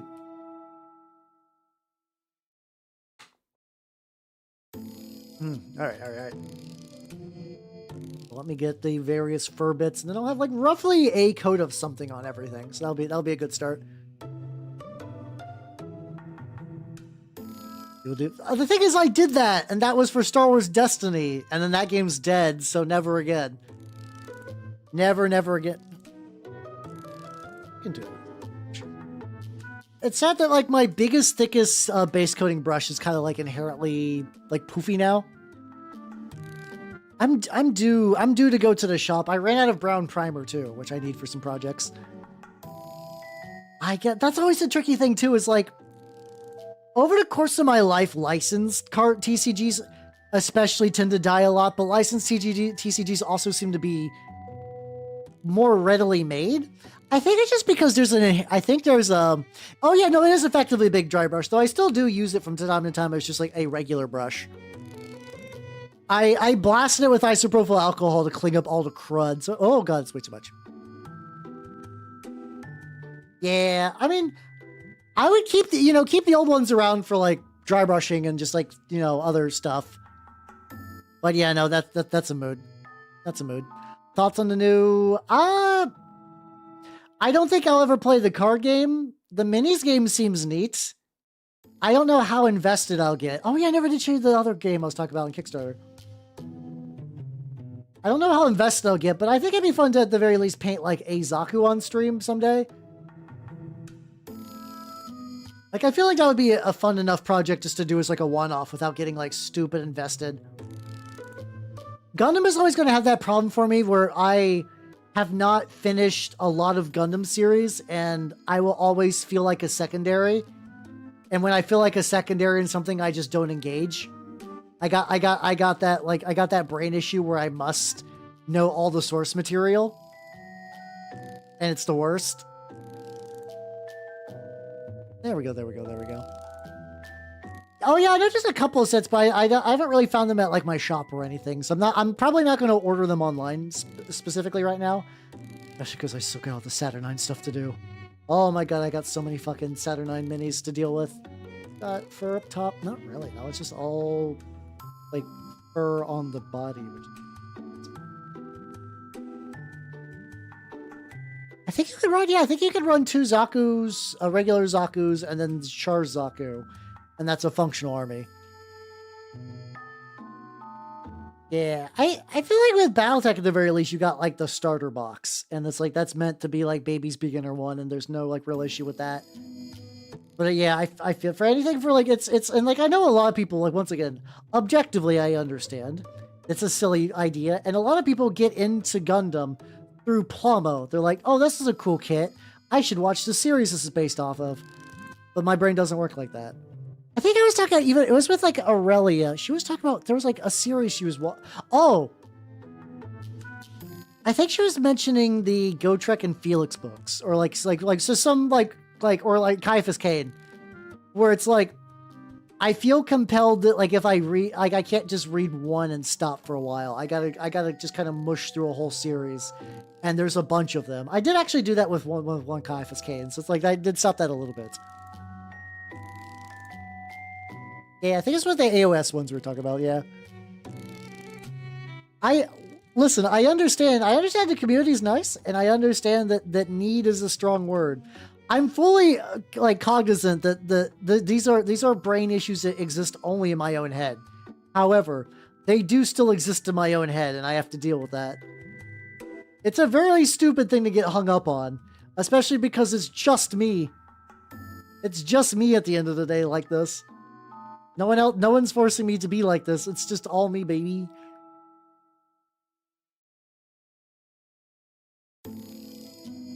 The Go Trek. So yeah. Right now I'm currently doing the so I'm doing, I think this is the last Peter Favarelli audiobook out that's right now.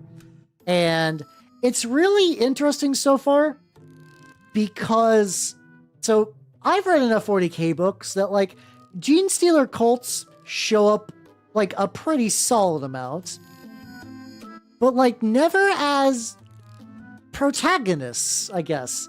This isn't like a, okay, this is maybe protagonist is the wrong word, and this is a very minor spoiler, but you get to see a bit more like personal, like part of the infection of a Gene Stealer cult.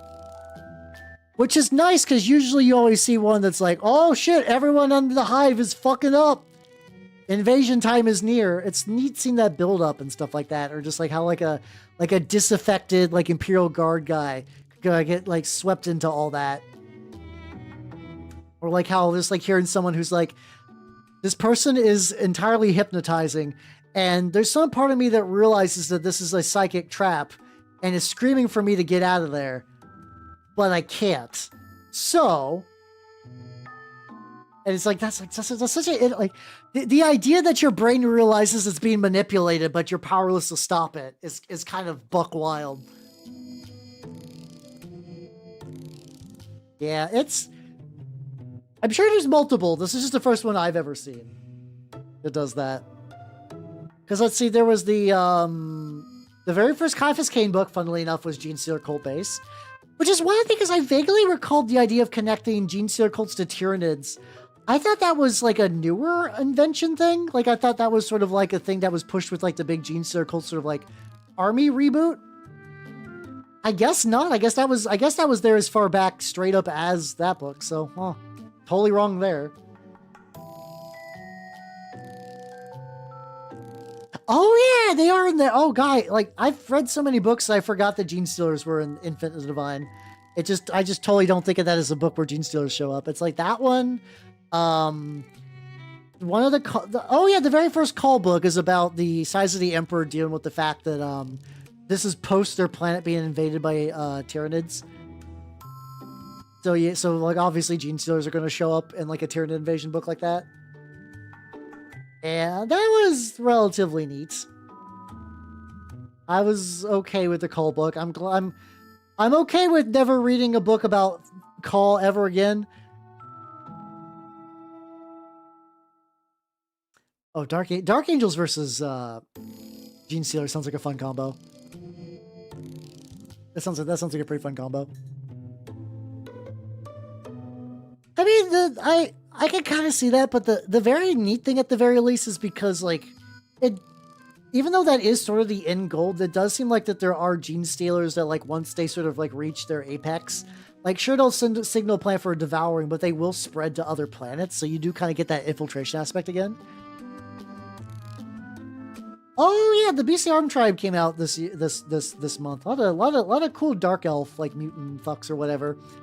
It is funny how like and like I don't blame them, and this is like not something I even like particularly dislike.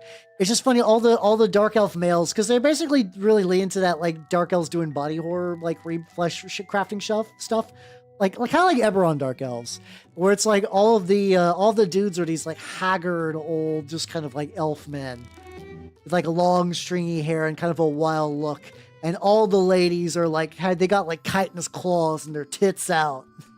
And it's just like, oh, bestiarm. Fun stuff. Fun stuff.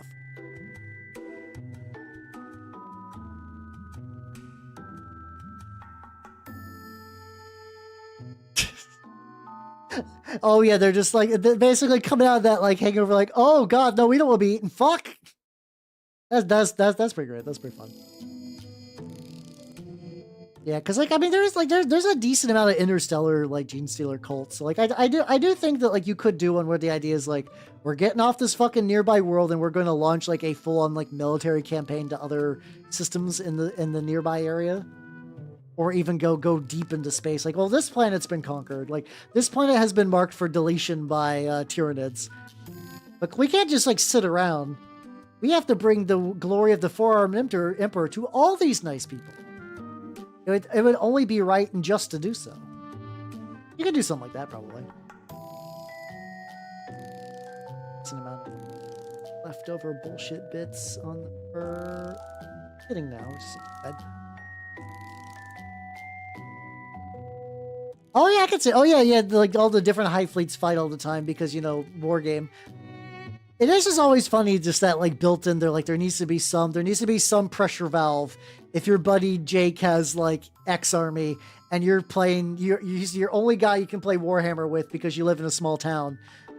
But like your army should be friendly to him. What do you do? And then like everyone's got their own like little things. Like yeah, different hive fleet. Yeah.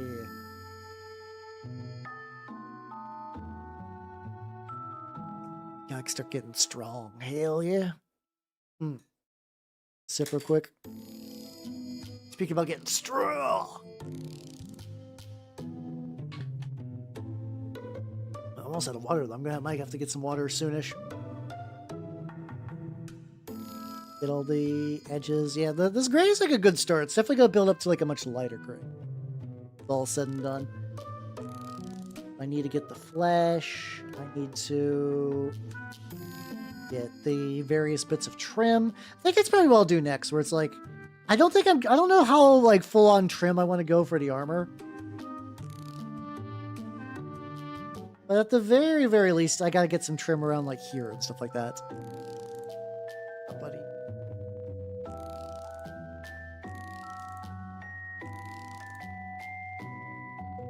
Look at you. How you doing, Vig? How you doing? Welcome. Look at me. I'm painting a rat. Can't you tell? I mean, technically by the rules, this is a rat. I do be painting rats as per my catchphrase.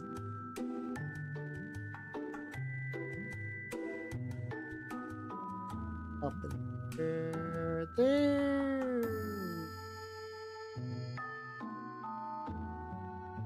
There we go. Nice. You know the rules, and so do I indeed. Get a little bit on the armor as well. It's actually... So like I still need to like refigure out like every time I put him on the base, the pose changes, and now that his claw is snapped, the pose is gonna be very different. I want to be like something kind of like he's like scaling this. Could do that, but I think originally I wanted him to be like hanging on top somehow. I need to remember how I did that. Actually, this isn't too bad. Kind of wrap it around there, and I could have the broken. Oh, actually, this is probably going to eventually be the way it'll go. He'll be doing this like cool action pose where I like this because like his head is still level with what would be like an armiger. There we go. Let's. Okay. Oh, hold on. I have an idea. This is gonna be dumb. Got this.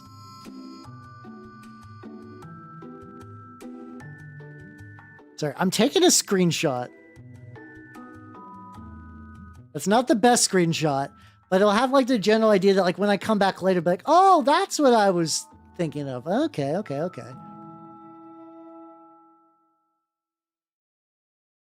pull that up for later. Apparently those guys do like really good battle reports where it's like pretty well edited and stuff like that.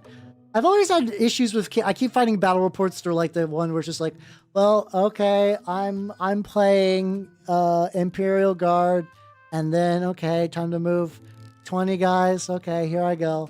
And like those would kind of happen in even like bigger channels too. I was like, oh man, this is it's painful. I vaguely remember that those guys, the 40-minute dudes kind of like actually have like some editing and pizzazz to their stuff. So also, I wish I could find it again. There was a channel that did like a really, really cool retro battle report of like 2nd edition 40k with using like era appropriate like Tyranids and stuff. Yeah, I got a couple of horse songs on here. Yeah, see, I like that. I like that stuff. It's always just kind of interesting in our hobby that like editing and like kind of like stagecraft stuff. Like the bar is really low a lot of times. And I'm kind of guilty of this too. But the bar is really, really, really low for like a lot of like extra pizzazz. Unfortunately, like God.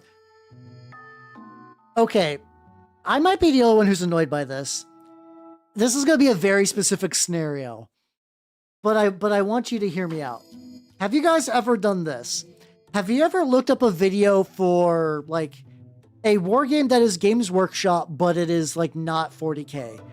Like, and I mean like Horus Heresy or like Lord of the Rings, and you click a video, and it's not actually like really a video. It's a recorded Skype call where it's like 4 dudes on the grainiest cameras you've ever seen are currently doing a tier list of a book that came out for like, I don't know, like Armies of the Hobbit review. I keep running into this motherfucker a lot. Like, this keeps happening. And it's not, I say this motherfucker, this isn't like the same guys. It's all the guys. It's all of them. It's effectively like a podcast, but also like it doesn't have like the podcast feed or is put in the podcast section. It's effectively just like a like very like unedited review. And it's just like, man, why is it like this? Male hags real. But like, I don't know. And I do wonder if that like, you know, if it would just be better to do like any amount of editing at all. Something. Like, at the very least, like, I like, you know, I'm not expecting, like, a crazy amount. But I'm going to use, like, Poor Hammer as an example. They have, like, stuff in the background, and they have, like, a little, like, avatar that wiggles. And, like, you know, mind you, they have a dedicated editor that they pay. But I think that's, you know, that's good. What their setup is very good. I like their setup.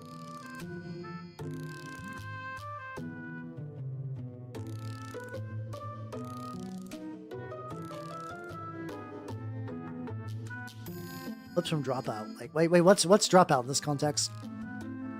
Isn't Dropout like a College Humor adjacent thing? Is that the one I'm thinking of? I'm gonna try one drop of this and then one drop of the beige stuff. See if I can keep it like still very dark purple. Oh, they rebranded, really? I'm gonna be honest, I'm kind of surprised they're still alive. I would have assumed that they would have died out ages ago because they also had that thing where it's like anytime, and I don't blame the people doing this. Like anytime they had someone big pop in. This is lighter actually, hold on. Like anytime they had somebody bigger, like, you know, like somebody who got a following, they would leave and do their own thing. Kind of like when a VTuber gets big and like Hololive, and they're like, you know what, I could do this on my own and get like no cuts and have all the freedom I want.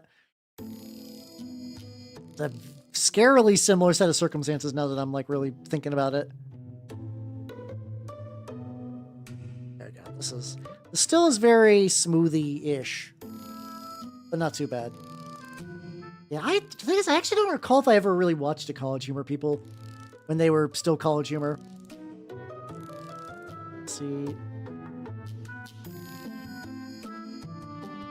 see how this looks. Do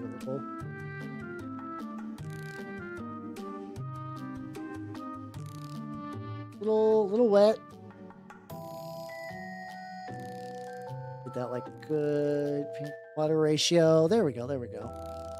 I mean, it's not that like I was definitely like a crack guy at the end of the day, and their slide into being just like annoying old men was kind of painful at the time. There was definitely like I was enjoying Cracked, and then I started to get the feeling like, oh yeah, everybody there is just like huffing their own farts. It was real unfortunate. Like I was really big into David Wong, who was sort of like one of their sort of like lead guys for a while. I bought his books. He was a guy. I don't think John Dies at the End ever really caught on in like a super big way. But I remember really, really liking the book. I'm actually curious if I would still like it. Like I'm curious how it holds up in my brain. There's a movie adaptation too, which was fine, but it never really did anything for me a huge amount. I think the movie adaptation of like John Dies at the End is a lot like the Scott Pilgrim adaptation, where for a lot of people that's their only exposure and they really, really like it. But I like the source material, so for me the movie is just always kind of an inferior product. Yeah, this is looking pretty good. I'm gonna go and just gonna add like a little bit of highlighty bullshit to this flesh. Not crazy. there's like a accidental lump somewhere. I want to go ahead and give it a little bit of a highlight. There we go. There we go. Sure, but I'll probably need to like smooth it out later, but I think at least for now this is not too bad. Actually, I think like this ratio of paint. Yeah, there we go. Like this thickness is where I'm getting like the real. This is where I'm getting the spice. Yeah, hell yeah, hell yeah. But yeah, no, cracked. I used to be really big into cracked. It was really funny because I remember wasting my time in high school was definitely a lot of crack, but college was cracked, and also it's really weird thinking about this now. I was one of the people that at the time was following along with the.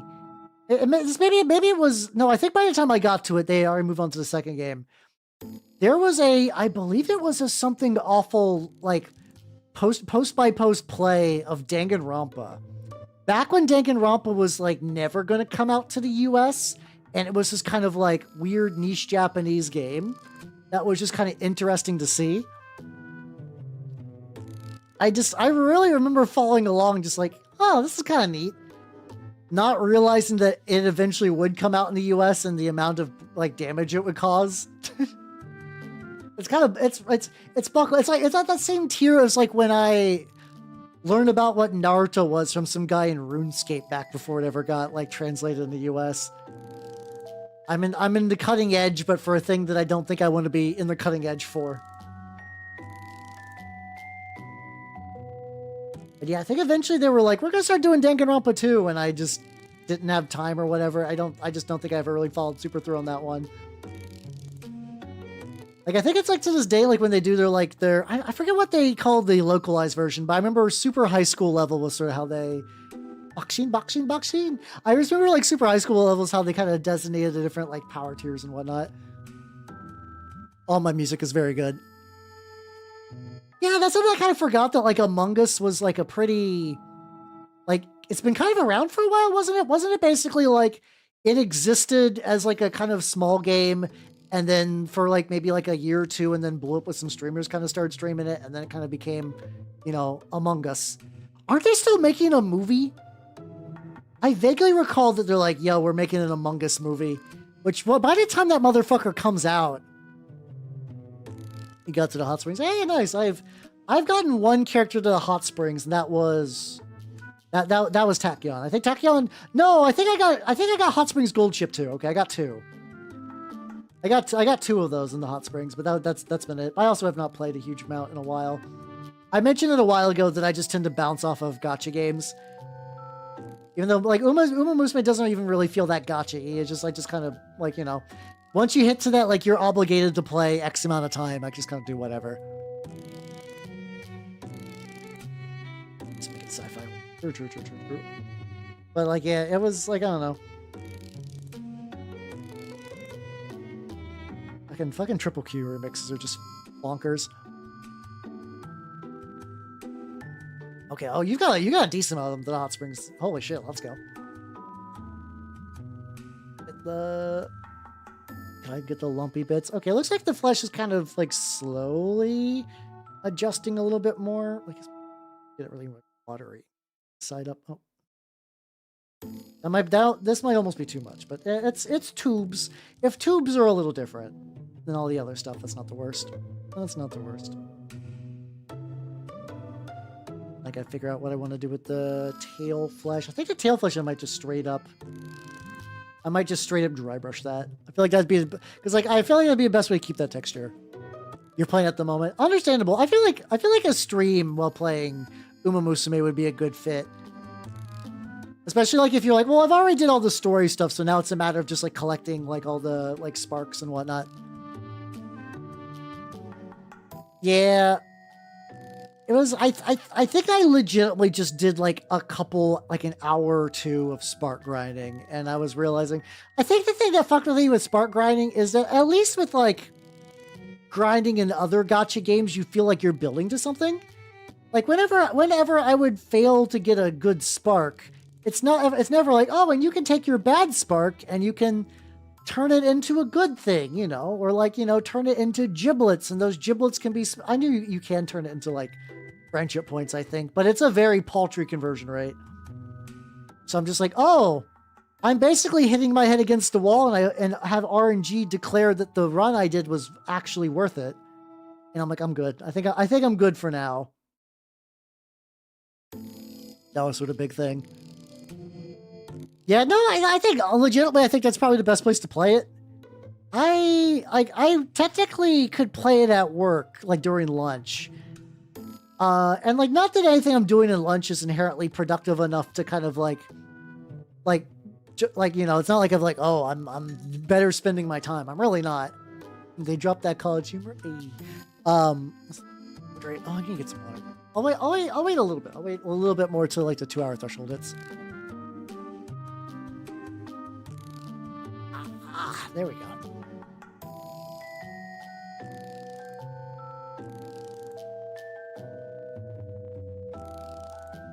There we go.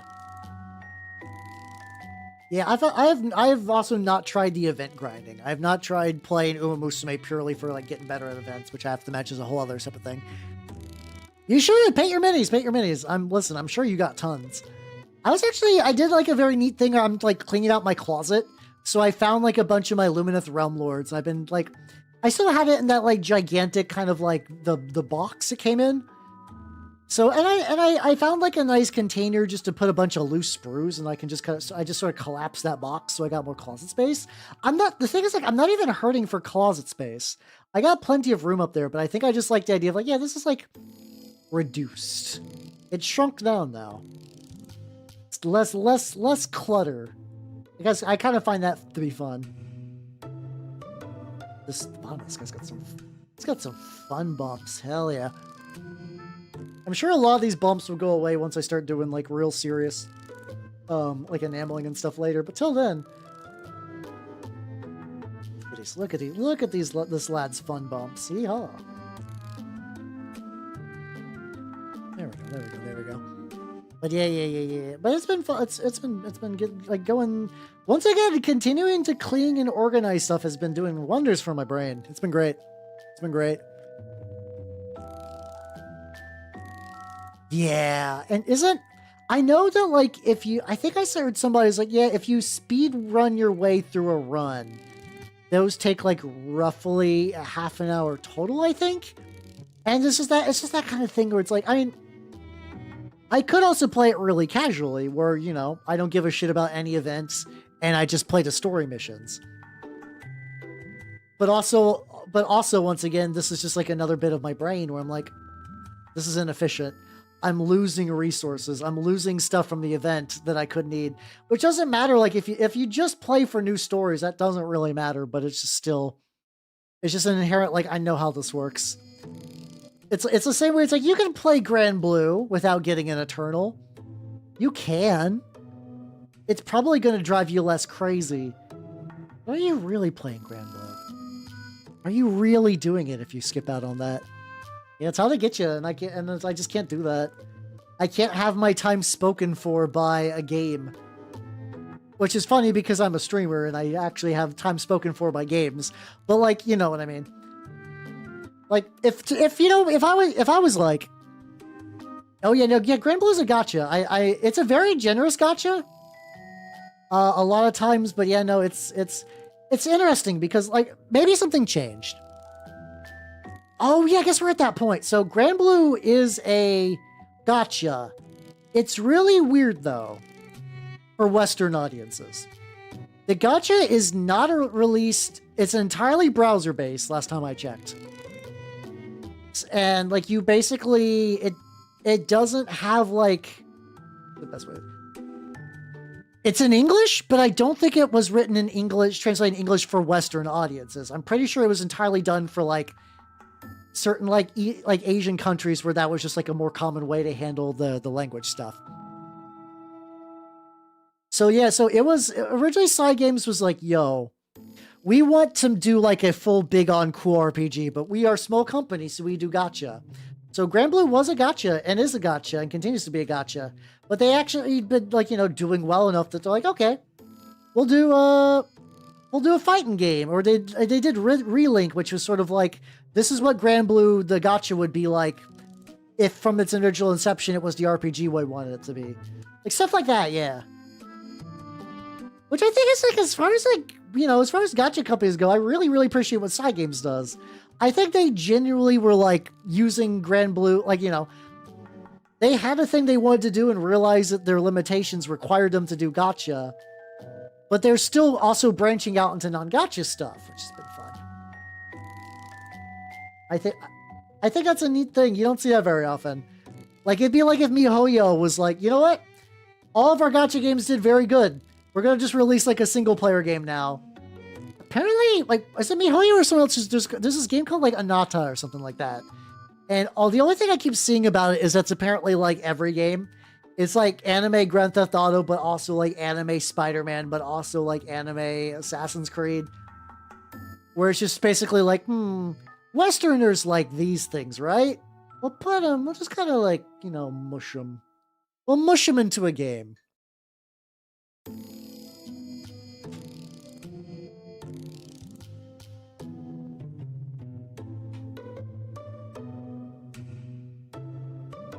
Yeah, or yeah, I guess Fate's another good example of that kind of path being achieved as well.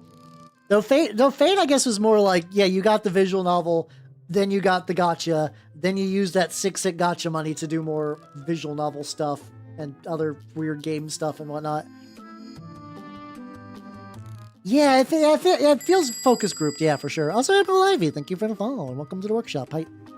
Sorry, I think I just painted my finger, but like not in a way that was like bad. How you doing? How you doing? I'm currently working on this motherfucker. My rat knight. He's turned out pretty good. Trying to do some like little like, oh my god. Right. I'm doing some like flesh highlighty bits. It's turning out pretty legit. I did. Yeah. How you doing? How you doing? Yeah, it's. I think, didn't they get caught before stealing sort of like whole animation frames from like Monster Hunter and stuff too? Where it's just like, wow, that's just like a great sword swing you put onto this new character. But it's one of those things that also, like, if you show it to somebody who doesn't care about like that kind of like thing, they're gonna be like, this looks like the best fucking game ever, bro. The amount of people who would also just be excited for anime Grand Theft Auto with like no changes, just like exactly Grand Theft Auto but anime, is reasonably high, I have to imagine. Yeah, I mean, it's the thing is, like, I think like a lot of like, I think everybody just the Westerners just kind of assume that like a lot of H visual novels are just like, oh yeah, and just sex and whatnot. But yeah, no. Some people reach the autism vortex. Yeah. I'm kind of like, I think it's like, I generally just saw someone talk about like, every now and then I'll just dive into random video essays just to see if like I find out that I like this person. There was one I did and it was fine.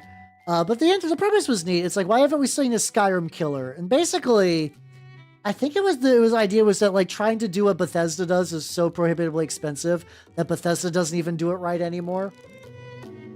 And in addition to that, like a lot of people don't want games like Skyrim. They just want more Skyrim. They just want more Elder Scrolls. That like trying to compete in that sphere is just a failing endeavor. It's like in the same way that like some people treat like, you know, Warhammer is just all mini war games. That's it. There's just Warhammer. And if somebody's like, hey, check this out. This is like, you know, this plays like you want. You wanted Warhammer, but it was like different, right? Like a different game entirely. And they're like, no, we just want Warhammer. Yeah, I heard it was just really tedious. So I don't blame you saying you got for free and want the refund. Also, like you can see, like this is where the this engine part got cut, but it actually looks kind of good in that side. So what I'm gonna do, I'm gonna dry brush the tail and I'm gonna go get me some more water because I am out entirely. I thought I refilled both my glasses, but apparently not.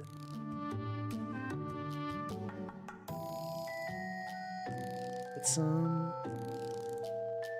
very minor dry brushing on there.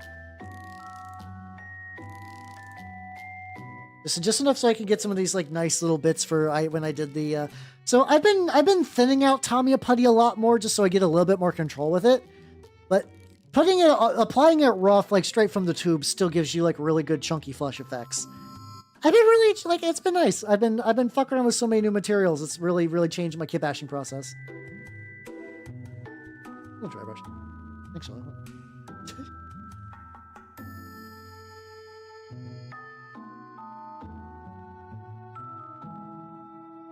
I can actually hit the tubes kind of like that in general. My highlights were good. Like, they were doing what they were supposed to do, but it's apparently just hitting this up with, like, a very weak dry brush afterwards to kind of unify it. Nice. All right. I'm going to go get me that water now. I will BRB, so I don't, dehydrate and whatnot. Ah.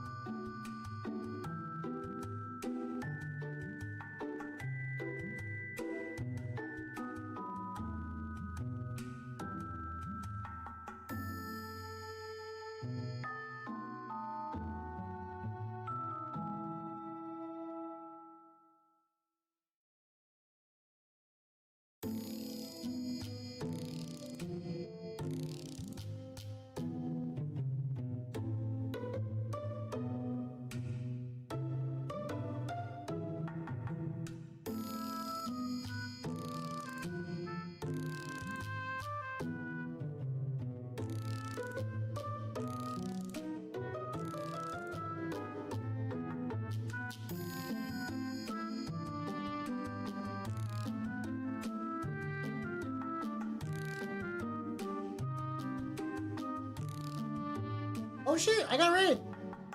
Or no, that's not raid, that's the first time. How you doing, the original Spore Walker? Welcome, sorry, I was getting a drink. Bad. How you doing there? Welcome. Sorry, I was big thirsty. How's it going? Welcome. How you doing? If you do not know me, I'm Halbernaut the Mimic Elf, miniature painting VTuber of the Nerd Golden Skaven variety. This is technically Skaven variety. I got Skaven-esque things on this bad boy. Actually, pretty happy how the way it's turned out so far. Yeah, I'm kind of surprised how quickly it's coming together. It's good. It's definitely going. Thank think next big thing I want to do is probably hit the trim. No, I think I want to get a little bit more of the yellow stuff. Okay, so I was originally using dirty gray. What if I did like a drop of dirty gray? And then what's with like a nice bright? Get a close by. Could do prairie ochre actually.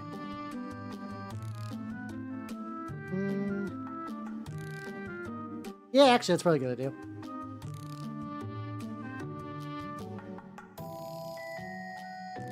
It is a Verminlord Desecrator. Yeah, there we go.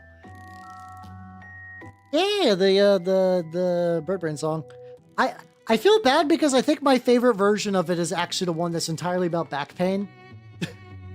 Somebody did like a joke version of it about back pain. I'm like, oh yeah, no, this is kind of great. See, I need a bit medium on there. How you doing, Brandon? Oh God, yeah, no. If you're against heresy, this is a bad stream to be in. I felt bad. Also, how you doing? How you doing, Whiskey Till? Welcome. How you doing? Somebody on, so I do upload my finished models on TikTok just because I'm like, you know, I don't really use the platform, but some people do. So I should just kind of like put all my stuff on there. And someone's like, I really like your work. Would it be cool if you painted a salamander? And I'm like, man, I like salamanders, but it's not happening. I'm sorry, buddy. The adjective noun hammer. Noun verber. I mean, you know, really, that's just kind of a Games Workshop thing in general, but you're not wrong either. Oh, fuck yeah, let's go. I'm definitely more of a painter, so like I played 40K before, but not 10th edition. I played 3rd. But I do have like a pretty sizable collection of knights, which I do enjoy quite a bit. Knights are just fun though. They're some of my they're like some of my favorite models just in purely in terms of just like a thing to paint. Like, get a little bit more of this bad boy. We're gonna take a couple layers of this. Using a medium is a good idea. Have you heard spoken for? I don't think so, no. If you want to link it for me to check out later, I can't guarantee I will, but I can at least pull it up to bring up confusedly later. The Stoneward's like the big fuck off like ogre thing, right? I have not. I know my shop has like a couple of used ogre models kicking around, but I don't think it's like I think it's just like a couple of the lead belchers, and that's about it really. Which they do look nice, to be fair though. I every now and then I'm like, the allure of the fat boy calls to me. Sometimes I look at the hungry lads and I'm like,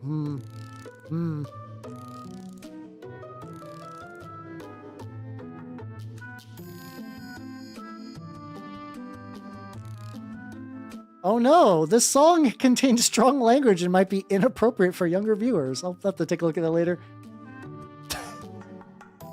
Not that I care about that warning or anything. It's just mostly I just need to like listen to the song first to see if I like it before I put it on a playlist.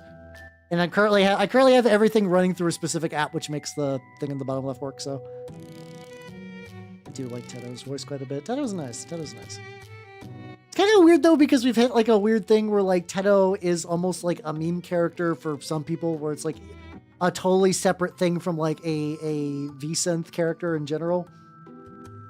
Like, no, this is Tedo. She's like my kind of my OC, but I don't draw for her or anything, or like listen to her music. I think it's kind of also Zikra. Welcome.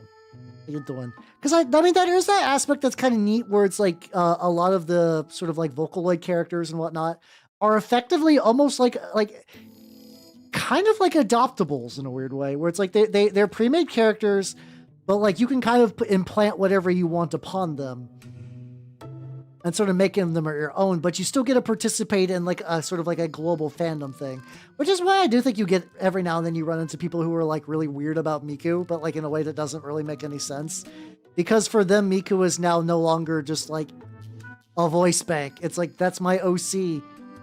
I stumbled upon a drawing of you and my OC that I don't like. I think you should end your life. Like, that kind of person exists now, and it's really bizarre to see, but I do be like that, I guess. Oh god, that's a lot of clan rats. Even if it's Skaven gun, like that's a lot of clan rats to do for 6 hours. Holy shit. Well, hopefully you got like a decent amount done. Oh, that'd be cool, yeah. I think from what I understand about Necromunda, you can basically sort of bring in whatever, really. So I think I could see that working. Some sort of like cyber pack beast or whatever. And at least from what a limited bit I know, that sounds conceptually sound. We're getting the side view of this bad boy. I'm gonna keep it kind of still, kind of splotchy and kind of like, you know, not great. But yeah, so some people got really weird about that. Some people really get like, I've heard people get like upset about like Teto lewds. I'm like, my guy, 1, Teto's not real. 2, Teto's canonically in her 30s. They can do whatever the fuck they want. It's fine. It's fine. You don't even have like any sort of ground to stand on for that. Other that you just think that Teto is your OC. Which, you know what? Teto can't be your OC, but you need to make something.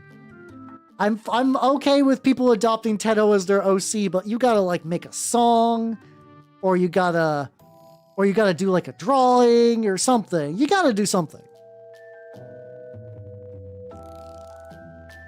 Really?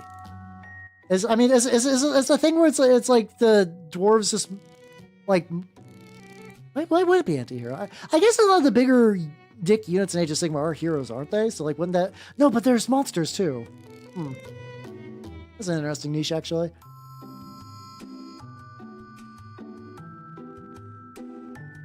Yeah, see, that's totally fine. Yeah.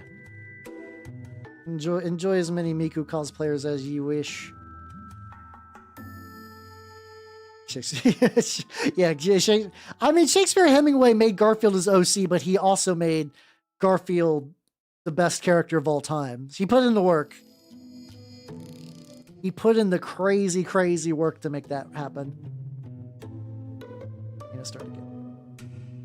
Go and like reload this, but I probably need to.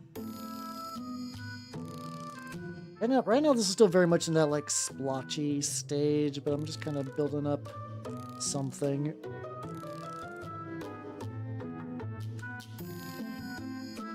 Oh, all right. At the very least, the color looks a bit. Oh, I thought my camera froze there for a second. Nice. Did not. Hell yeah. It's too. Oh, okay, okay. So it can punch a monster and then punch a hero directly after. Okay, that's pretty neat. God, I've not played Age of Sigmar since 2nd edition. It would be fun to do again at least once. It's in that same way that like I do feel like I should at least give 10th edition a try once at some point.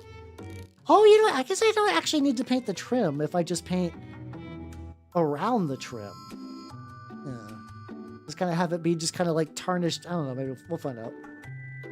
We'll find out if I'm just coping or not. I probably am. This is probably still just like a variety of cope.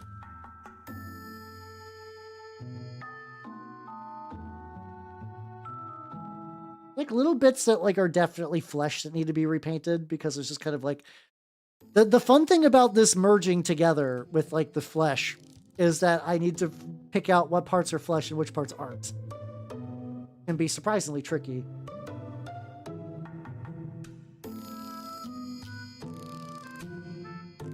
Flesh. There's like a little band up there. Oh, that sounds like fun, actually. Okay, that's a neat mechanical niche. That's a neat mechanical niche. Probably going to be like fine. Could also start working on. Oh, fuck. Could start working on skin stuff as well.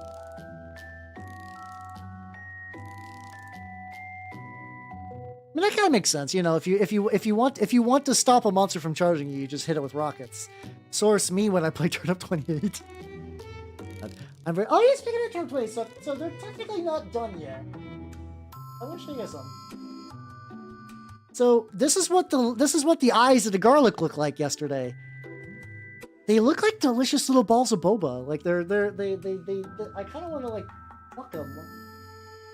Like, yeah, you ever see those things where it's like, this is the cost of the boba you eat. Is it worth it? Like, they kind of got that exact same sheen to it. I know it sometimes goes, yeah, they turned out really adorable, actually. Like I can get you another example. Yeah, they all turned out really, really good. I still want to use some gloss varnish to make the base shiny like it's in actual mud.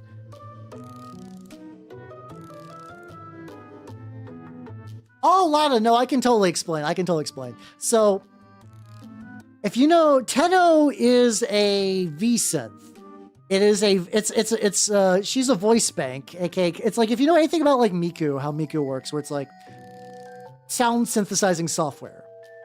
Where if you want to have like a fake singer, you buy that and you do that and stuff like that. But the thing that's just kind of inherent about a lot of like Miku and like similar things is that like in the process of sort of making like your own like song or video, you'll change Miku a little bit to match it. Where it's like you might give her like a new outfit or like change the personality to match the song you're singing, stuff like that. Almost like borderline how kind of like David Bowie as a person would sort of adopt like a persona for each of his sort of like kind of like major characters and stuff like that. And so people would effectively sort of just like, okay, you do that. And then that kind of continued to grow to the point where even, especially for Miku, you would get people doing like their own Miku kind of a thing without even a song. Like Brazilian Miku was really popular for a while, and it was just Miku just dressed up like a Brazilian lady. And the big sort of thing about that was like there was no music video can put that. There was no music video behind that. How you doing, Big Nerd Mini Painting? Welcome, everybody. Welcome. You're in good company. How's it going? If you do not know me, I'm Halbernaut the Mimicoff, miniature painting VTuber of the Nerdle and Skaven variety. Actually, I have a good idea.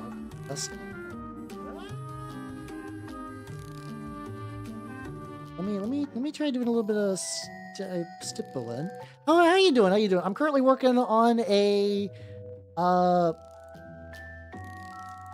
I am working on a War Dog Huntsman with the idea of maybe using this as like a character War Dog if I ever ran that like all War Dog attachments. So yeah, there's Miku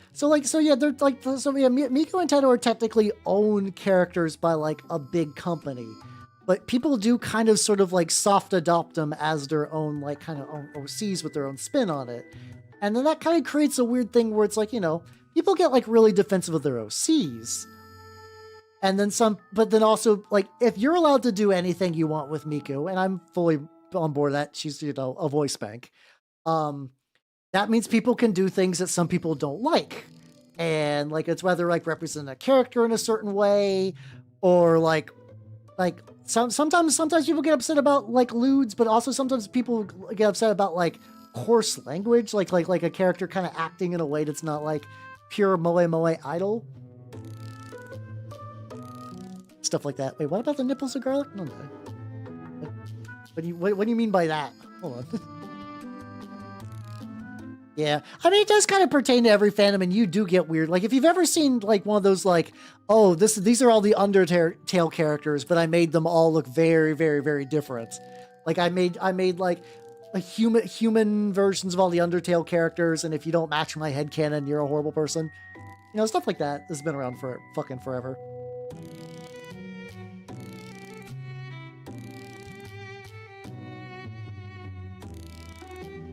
Remember that I can use brushes a bit more for fun and stuff. There we go. Okay, we got an ad break, which is fine because I could use that to stuff for the lad. There we go. So yeah, I got one of these like artist opus, like really, really small and thin, like dry brushes. And I really like using them for like this kind of highlighting where I like push it and tap and just kind of like really spread it around. It'll be pretty harsh, but it will eventually kind of dull down as well once I start introducing like enamels and whatnot, so I'm not super worried. But yeah, so yeah, the funny thing is that there's a joke image around that's I think still pretty accurate about like object-oriented Miku, where it's explaining like object-oriented programming in terms of Miku, where it's like you make a copy of Miku, your version of Miku is your own Miku, and you can kind of do whatever you want. But then like if I make any changes to my Miku, your Miku's not affected. And it's turned into a thing. And I don't even think this is a bad thing. It's just that occasionally, because of the way internet culture is now, you'll have a lot more people that are like aggressive about their stuff. So like it does get to like, oh yeah, no, you did a thing that I did not like with a character I consider my OC. A million pains upon ye. Like that's just kind of a thing.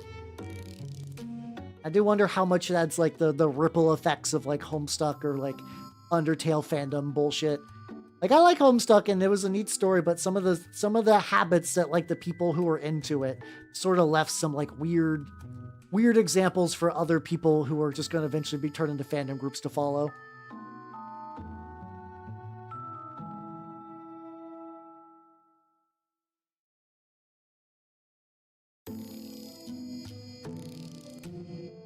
Getting this up every single time, give it a more like actual skin glow. It's looking pretty good though. Especially if once I get to like back here, and then I can also hit up a lot of the other skins with some dry brush bullshit later. Yippee! Yeah, that's I mean that's the healthy way to do that. Like if you see something you don't like, it's either ignore or block. You know, blocking is always like a healthy thing to do. I think if you see something that you don't like and you're like, this is like actively making me upset or like making my day worse, block it, move on. Is a very healthy thing to do. But that's also like an adult impulse. And for people who aren't adults, or especially people who are like, you know, act like children but are fully grown adults, that idea is foreign to them, and it kind of creates that tension because they don't have like a better coping mechanism than lashing out.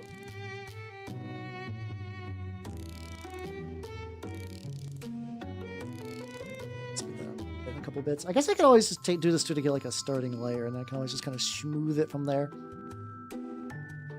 Stuff like that. Yeah, that's just kind of like not the artist. That's fine. I don't care what they do. I also follow like a lot of people that do like their own like Warhammer OCs, and that's also fine. But people get weird about that as well. I don't know. I'm okay with people staying in their own like little like doing their own thing in their own weird little corner and just not like giving them shit for it. But it's when you start policing someone else's art where I get like really iffy about that. Though I'm also greatly amused by the genre of like people that's like these are my characters. One character is a space marine, and the other is some like really cool Imperial lady. And not like in a bad way. It's like usually it's like a sister of battle or like an inquisitor, like someone neat. And there's that kind of like forbidden romance aspect to it, but also like the space marine guy's like, I'm doing my duty. I don't really know love, and they're like, fuck. The lady's like, man, you have no idea what romance is. Fuck. Ah. And I enjoy that dynamic very much of like chemically rendered like psychologically blocked via like, you know, like hypno indoctrination and like body augmentation to be dense against romance versus person who's in love with them. It's a very specific dynamic, but it's a fun one for me personally. I enjoy that quite a bit. It's also where you get occasionally like the fun little gifts. Like if you ever see that one, it's like it's like a sister of battle and like a Black Templar who are like doing like a funky dance. It's like I don't think it's from that like. I forget how in that artist canon those two characters are romancing, but it's one of those kind of artists that I just find very amusing for that reason. It's going way splotchier slag than the other one. But then again, if it dries quicker, it's not the biggest deal. I guess I could just put like a little bit more paint. Just kind of smooth it out. One thing I dislike about Pro Acryl brushes is like you squeeze some paint out and you got that like little bit when you shut it. And I try to ration that little bit so I don't like waste a bunch of paint, but I still feel like there's always like at least a little that goes to waste.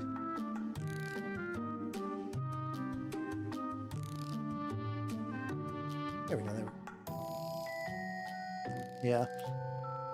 Yeah, don't Spartans have like relationship and stuff? I do wonder how much of that is like people bringing in like weird like 40K stuff. Where it's like, I know that there's like some bits where it's like Space Wolves fuck, but I do wonder how much of that is like specific to them or just like cope because like, you know, a lot of people that like Vikings want their Vikings to fuck. Even if that doesn't really make any sense by the way that like Space Marines work. But like, I do wonder if that's just like some like weird kind of like bleed over.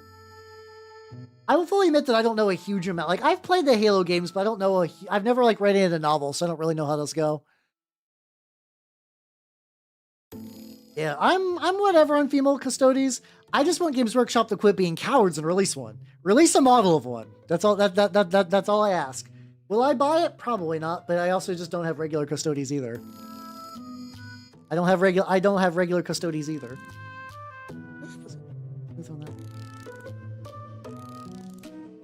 Water. Wonder what I'm doing. Wonder what I'm doing there, fella.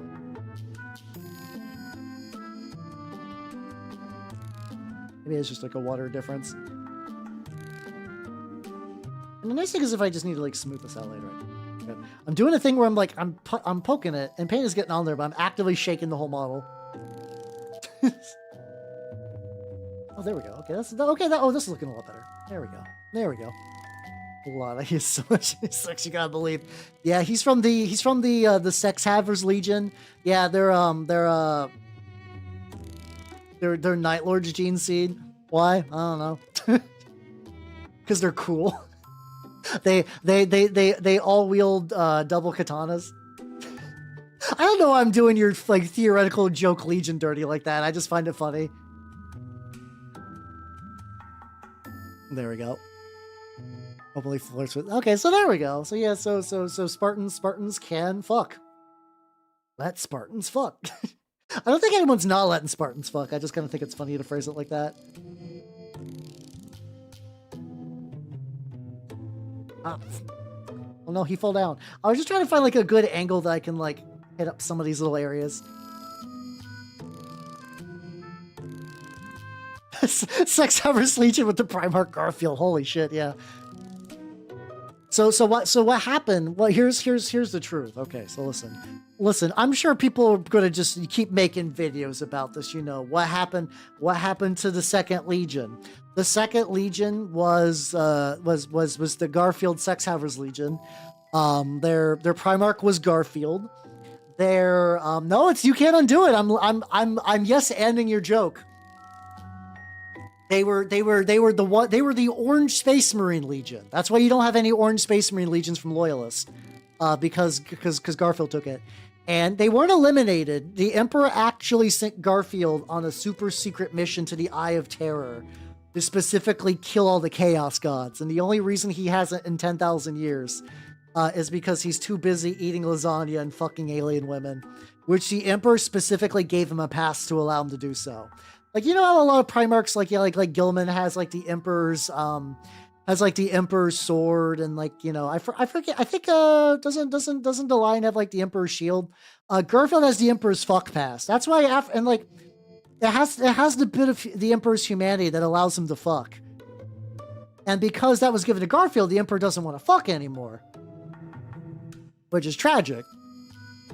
You read us more bad fanfics. I'm due for another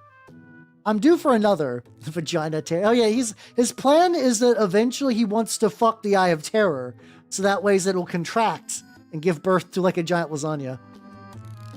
Bookwood. Yes. All right, Abaddon. It's time to show you my Eye of Terror. Time to give you an Eye of Terror, said Garfield with threats as he punched Abaddon in the face. It'd be like something like that. That's something that like I have considered. Am I like, could I mimic the mannerisms of Shakespeare Hemingway? Like, the problem is I'm not this. Oh god, this is gonna sound really weird. I don't think I have his specific mental illness. Like, I could never do a Shakespeare and Hemingway knockoff that felt nearly as genuine as his. Like, it just wouldn't work, I don't think. Like, I could read all of his stuff, and I could certainly try. Like, I could probably get something, but I think I would always be bothered by it lacks the magic sauce, you know?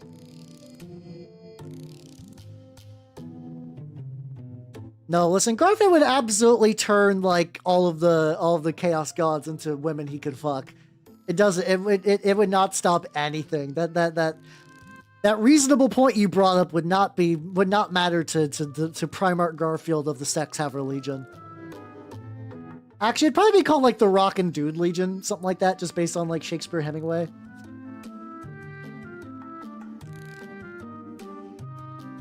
Garfield of the Cool Badass Legion.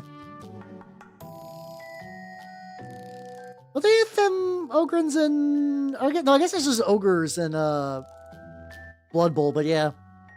Do Felinids have official models? Yeah, I mean, so that should be the same usual, just like hapless fuck maiden. Oh, Garfield. Like, I want you to close my eye of terror. It'd be something like that, yeah. Because, you know, every woman that Shakespeare Hemingway writes basically is the same woman. Just some, like waif that just wants to get fucked by Garfield. Okay, I'm realizing it's been long enough I should really explain what the fuck is going on here. There's a fan fiction author named Shakespeare Hemingway.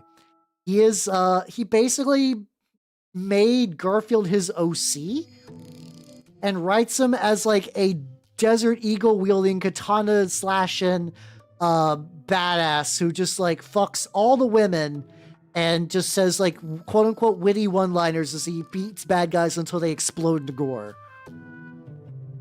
No, I can't keep everyone in the dark because I love to talk about Shakespeare Hemingway. He's the best. And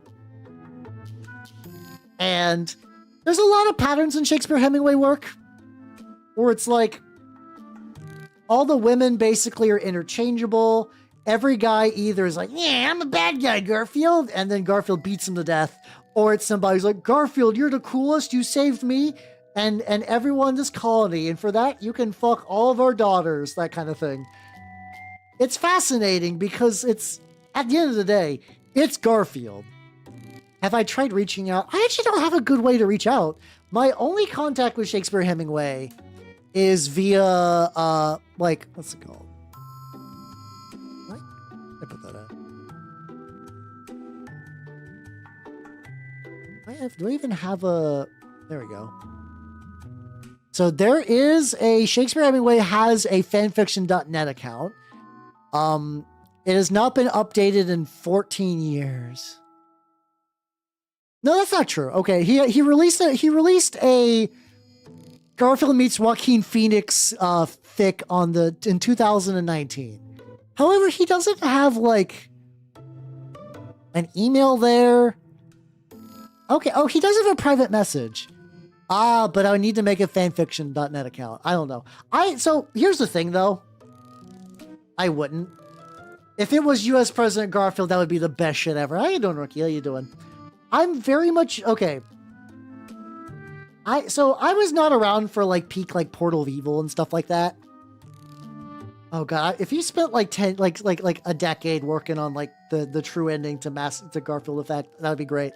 How you doing, Nana? How you doing? I'm talking about Garfield Effect because Shakespeare Hemingway lives in my brain forever. Like, here's the thing though. I'm very big on the, like, if you run into a weirdo on the internet, don't directly reach out to them. Like, let's leave them alone to be their own weirdo self.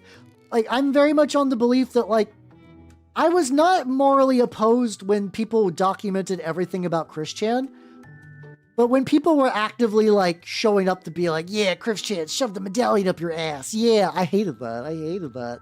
It's not fun. They, like, getting involved with the story doesn't make it better. It dilutes the magic. So like, if Shakespeare Hemingway never writes another piece of Garfield fan fiction ever again, will I be sad? A little bit. But like, I would never want to force anything to come out of that. I would never want to reach out to him and like, you know, force something to happen. I mean, I feel like President Garfield would know who John Arbuckle is. He's a knowledgeable guy, you know? Yeah, don't tap the glass. 100%, yeah. And we unfortunately live in an era where that's like, you know, if soon as you see anything that could be behind the glass, you throw rocks at it because you want to see it scream. And I don't like that. I don't like that very much. I hate that. I hate it. It's not even a don't like, I despise. Let me get this other one. So yeah, no, even if I had the means to reach out to Shakespeare Hemingway, I legitimately don't think I would. Now, I would, like, if one day Like, I get a message from a friend of mine that's like, Shakespeare Hemingway released a new fanfic. Hal, you gotta check this out. I would definitely, like, be super stoked. Like, that would be great, but I would never want to force that. Yeah, they really are, because it's like it's like someone would harass Chris, and then it would just be like some just like dumpy loser shithead teenager, or like someone who is like basically got like the same level of self-awareness as Chris, but less, let's say less charming is a weird way, but kinda, yeah, where it's like there's the magic is not there, they're just an asshole. Or just creepy and disturbing. It's like in the same way that like Carpet Samples is a furry that was known for being just like an absolute fucking creep predator. But there's no fun there. That's just a creep predator.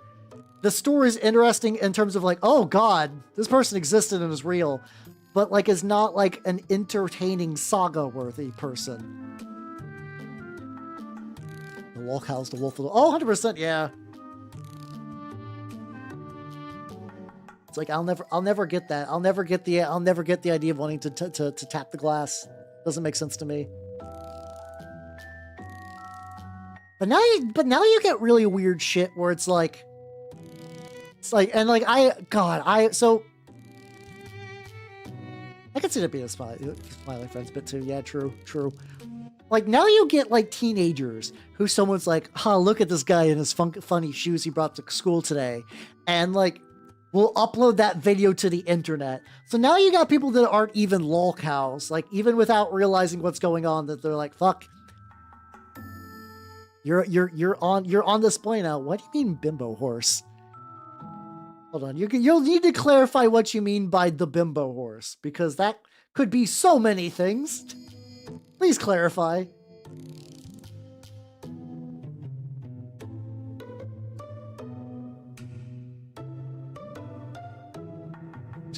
Because I can kind of like bring the regular skin flesh like up into the weird gross arm.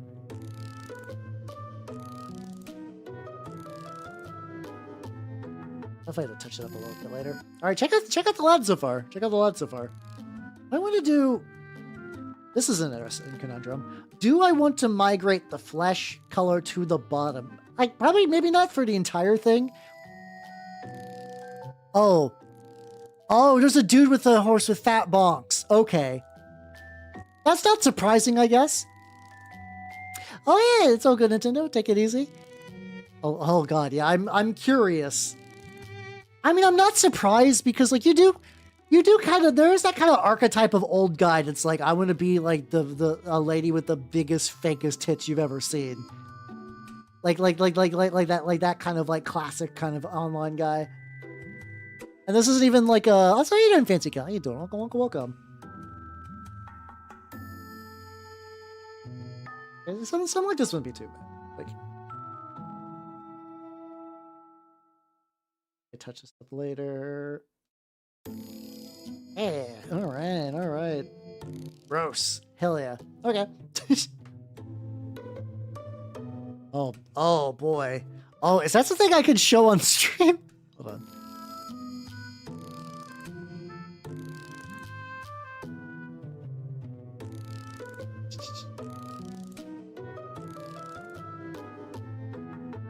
This could be dangerous. All right, I'm gonna Google bimbo horse because I don't care. I don't care about like my Google search history. All right, here we go. Bimbo horse. Okay. You know what? This is about what I would expect. This is safe for work. This picture's safe for work. It's okay. Like it's even like, this is gonna sound weird. This is like the same, like, what's it called? When you said bimbo horse, and like I expect, like in my brain, I knew the exact type of person that would be in that, and I sort of predicted the exact same like style of lady the horse would be based on. So, how you doing, Sir Sebastian? I'm about to flashbang you with something awful. So it's like, okay, so this is a picture of bimbo horse apparently, and it's like, yeah, that's about what I expected. This is really about what I expected. Not surprised. I'm not gonna keep this on the screen. I'm not gonna keep that on the screen. But like somehow that's, you know. Remember, sometimes I like to joke around. Sometimes I like to joke around when I'll say like, "Hey, imagine this. That's it. Don't change your mental image." Yeah, that's what Bimbo Horse gave me. It was exactly what I expected. You saw them IRL? Holy shit. Okay. Please hug. Oh god, yeah, I didn't even. I saw there was. I thought there was like some like 4-H fair things on there. I was like, huh. I guess that also really narrows down like a very specific type of individual. Oh, fuck. Oh god, hold on. My paintbrush got into the paint, like from the back. Sip real quick.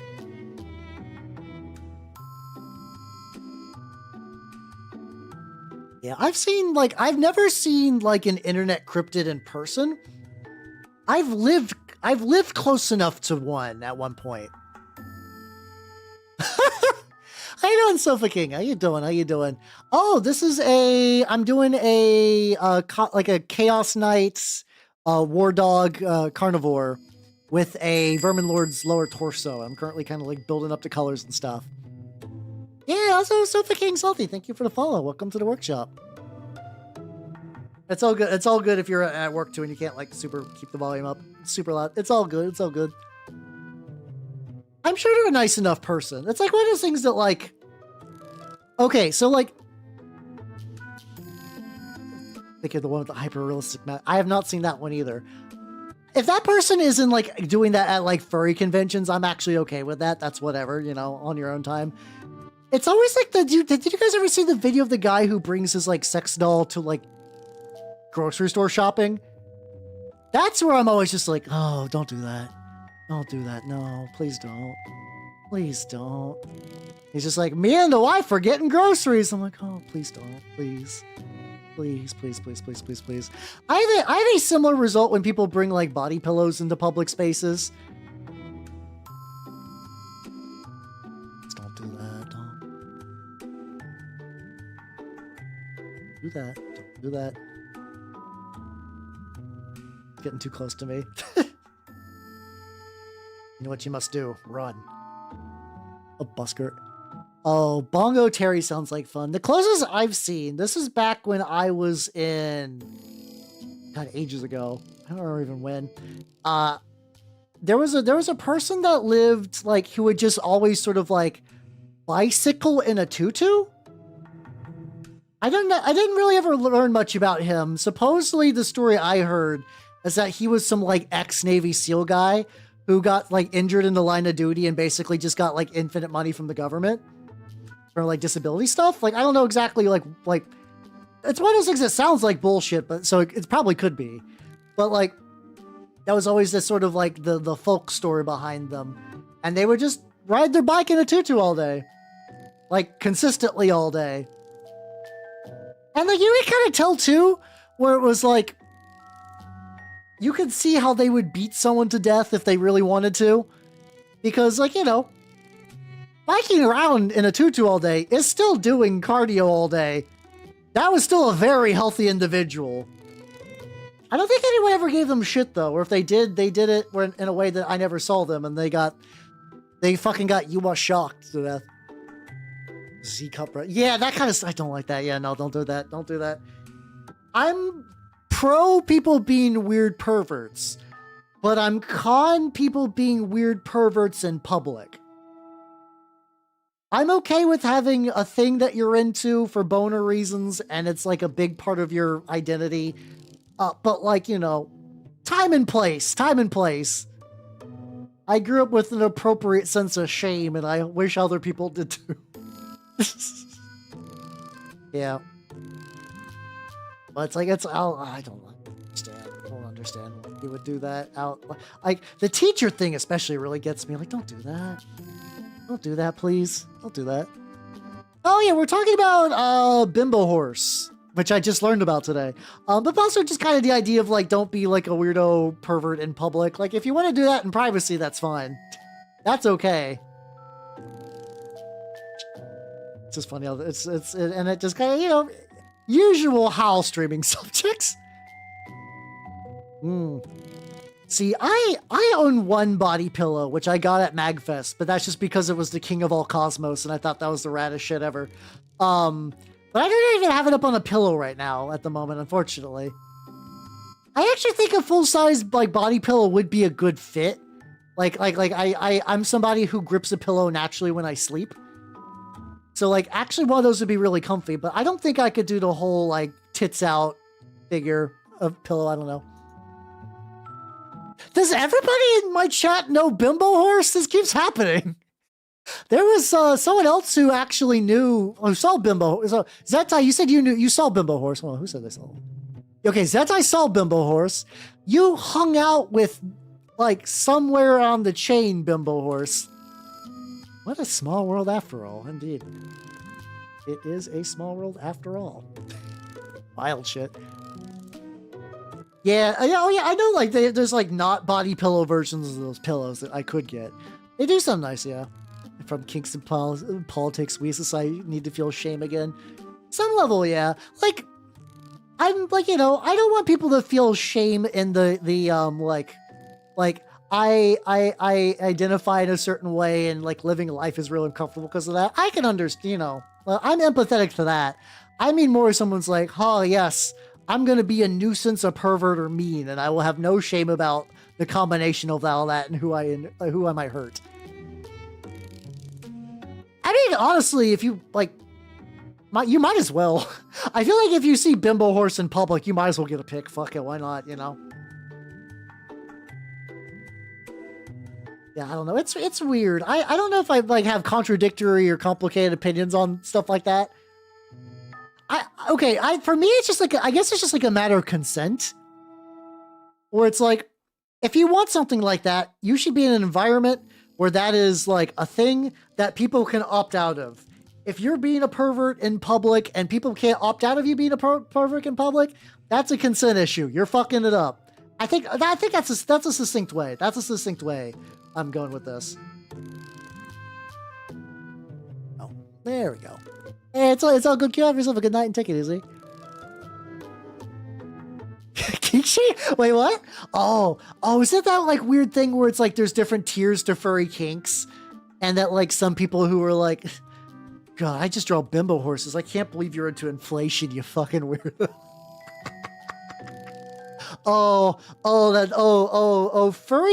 Furry kink drama sounds buck wild. Like, it sounds like that, like, it sounds like it could be the dullest thing you've ever seen, but also sounds like it could just be fucking just, like, infinite free entertainment. Oh my god. Yeah. Using my curse art skills. Hey, I think that, you know what? I think making your own body pillow is a good move. I think that's a power move for sure. Yeah, you can't really have BDSM without consent, because if not, it just becomes like tying someone up in your basement, which, like, people want that, but once again, they want to be able to, like, you know, oh, I'm tired of being tied up in the basement. I want to go to Arby's, and you can do that. I don't know. I think I was just thinking for like the least sexy thing you could do, and I feel like going to Arby's is probably like pretty high up on there, you know? How can you argue and be horny at the same time? Lada, I will say that is a very common state the internet operates on. People get into some shit because of their boners. And I don't mean like, I mean like feuds. It is very easy to be horned up, but also like ornery. It's really funny how easy that is. Also realizing on this bad boy, I still need... I need to deal with this hiccup.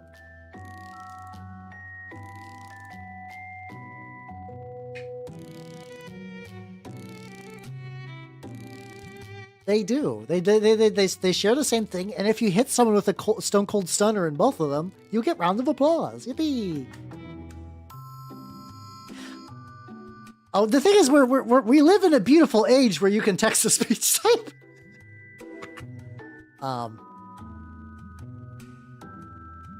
Oh god, no, that's not even that much of a joke. Oh god, so I I'm on the internet too much and I just find information. So there is a fetish called lift and carry, right? And on a base level, it is about one person picking up another person and, you know, just kind of carrying them around. And you're going to be like, how? What? And it gets better than that. There is a schism in that fetish. And you know what that schism is? The schism is like, okay, is this a thing where men pick up women as like a domination move? Or do big women pick up men as like a submissive move? And like, you know, you got the whole variance with like, you know, some people that are like, I'm a gay dude and I just want a bigger gay dude to pick me up. Like that, like usually it's like in like a weird, like not even sexual way. It's sexual, but like the pickup is not sexual. So yeah, no, there are several different things like that where there is a boner, like a fucking boner. Yeah, it is a boner religious schism. It is straight up like you know, like big anathema bullshit. Like no, men carry the women and lift and carry. Obviously, duh. Are you stupid? Like that kind of thing. It's very funny. Like it's funny because the same thing is like, you know, in polite society, if you're like, yeah, I get a boner when like a lady picks me up. Or if you do the vice versa, yeah, I only get boners if I'm like picking up a blonde woman. Like both people, but you know, polite society is like, that's odd. I don't understand. And but for them, it's like really serious. And I find that fun. I find that very, very fun. Yeah, no, the like. These corners of the internet still exist, but I just don't think you see them much anymore because they tend to go exclusively into private discords now. But sometimes, like, you used to see these people just like out in the wild on the greater internet, where like anyone could just like, you know, you got a lazy afternoon? See what these people are up to. And they still exist to some degree. See, I would be down for that college debate, but you have to do it in teams of two. One candidate has to be the one who's being carried by someone else, and the other has to be the one that's doing the carrying, and they have to debate that way. There has to be some like handicap on the one being carried though, because that's not enough to really stop you from doing a debate. You're just along for the ride. So I don't know what you would use for the handicap to sort of like level that playing field. There should be one though. Oh no, I'm very big on these. Like some people activate their awakening is because of some like weird innocuous cartoon or whatever. Or just like, oh, I'm on the jungle gym and I got a boner. Oh no, I guess I like climbing now. It's very common actually. Oh yeah, the amount of mileage that God, I wish that was me image has gotten on the internet has been. I wonder what that guy's up to these days. What's he up to? How's he living his life? Every now and then I will show that picture to someone whenever whenever they'll say something that I reply with God, I wish that was me, and they'll have no idea. Actually, a lot of you might not even know the idea. Hold on, Choto, let me grab this.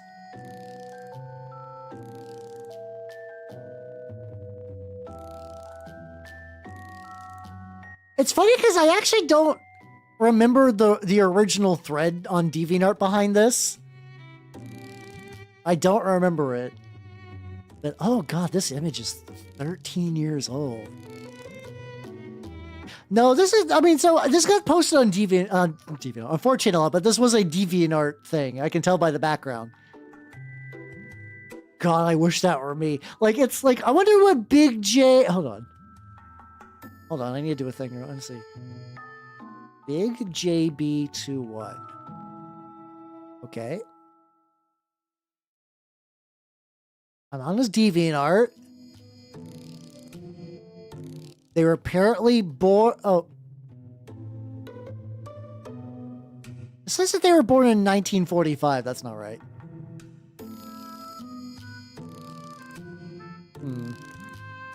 Okay, so that's probably just someone else making a new account.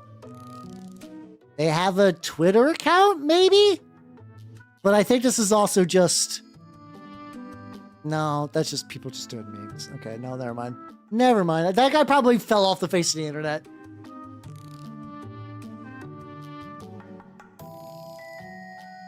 Yeah, what? So, I don't really follow Critical Role. I thought it was like the original campaign, the second campaign where they kind of wandered aimlessly. Then there was going to be like a third campaign about like dead or dying gods or something. Maybe, you know what though? As a GM, like I understand that sometimes campaigns just explode and you have to just start a new one. Yeah, exactly. Where it's like, in the context of like the show or whatever, it's like, oh, we gotta climb the, oh god, the magic school bus. Oh god, yeah, a lot of people probably just saw the magic school bus and that activated something in them. But yeah, that's true. A lot of times it's kind of cutesy or whatever, but you're like, oh god, the body horror of this. Though to be fair, there is some like weird transformation stuff that is like absolute fucking nightmare fuel. Holy shit.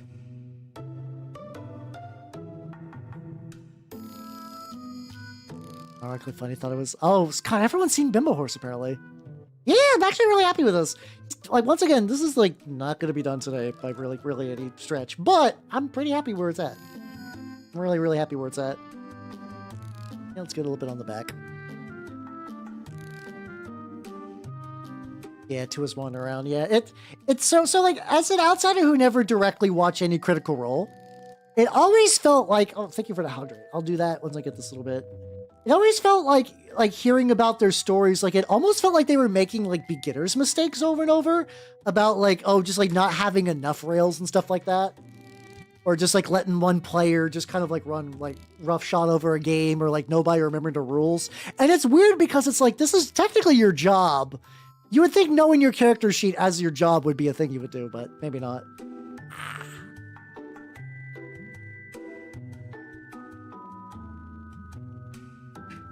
I never recovered. Oh yeah, just planted the seeds of bad women. See, for me, the weird thing is like, I don't actually really recall. Pheromones and hormones, you can't hear them. God damn it. Have a good night, Jay. Take it easy. So my weird thing is like, and you know, I'm trying to think of like, I don't really have the very first like recollection of any awakening, but I do remember having like a titanic crush on Misty growing up, and then just remember seeing eventually Inuyasha had anime nudity, and I do wonder if maybe that might have been like, you know, I'm an anime person on the internet now. Is there a connection? I don't know. I don't know, but you know. Oh, okay. The phrase "everyone was annoying" is buck wild. And even for people who are like, I like what you guys do. Everyone was annoying. Don't do that. Please stop. Please stop. Oh no. I like how everybody's taking like the inventory now. They're like, what was the first thing that oh no. Oh, that explains a lot. Oh boy. I'm sorry if this is like a revelation for a lot of people. It was not meant to be like this. I was not meant to cause an introspective moment. This is just reminiscing about just like weird shit on the internet, if anything. Yeah, I don't know. I am so jelly though, not about watching them in particular. I still want to do a full campaign and I just haven't gotten I know there's some people I need to reach out to. I have their list and I just need to get that going.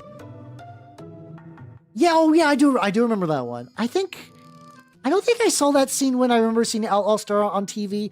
I just remember like I was watching Adult Swim and Kagome just like got into like, you know, it was weird. It was like effectively a hot spring, but she could go like underwater for reasons I don't fully remember why. And at the time I was like, what the fuck? You can do that?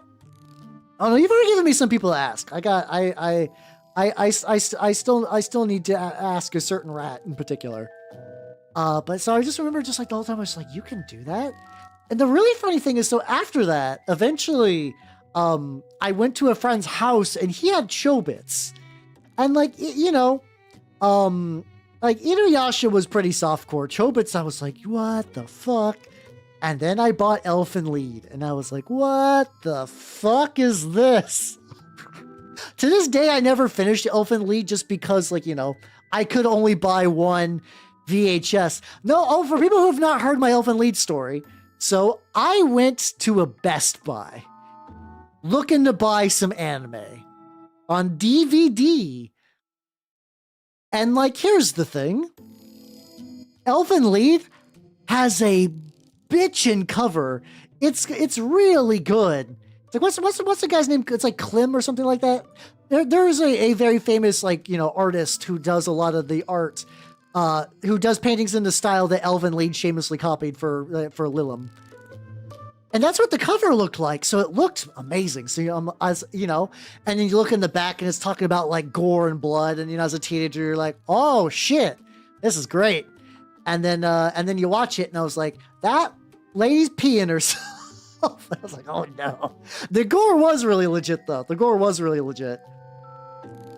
I just, like, it was definitely one of those, like, I can never watch this when people are nearby. I can only watch this after my family's asleep. I can never tell them what the cool anime I bought from Best Buy was about. No, I did not pop a boner Elven. I would be a way different person if my first boner was Elven Lied. I cannot imagine. Actually, you know, I'd probably be like one of those, like, Guro doesn't, like, excite me. But I'm somebody who likes a lot of horror stuff, so, like, it doesn't bother me either. But there are definitely people that are, like, really, I've actually primarily knows Guro is sort of like a female thing. Like, I just know mostly women are really, really, really into Guro. But, like, yeah, it didn't do anything for me that way. No first boner with Elven Lied. But was still buck wild, though. It was buck wild. Lots of goth girls in the shows I watched growing up. Understandable, yeah. Oh, camera froze. Yeah, God, Chobits as a kid must have been confusing, but as a teen, I was like, huh. Huh, okay. Camera, let me fix you. There we go. B. Camera fixed, let's go.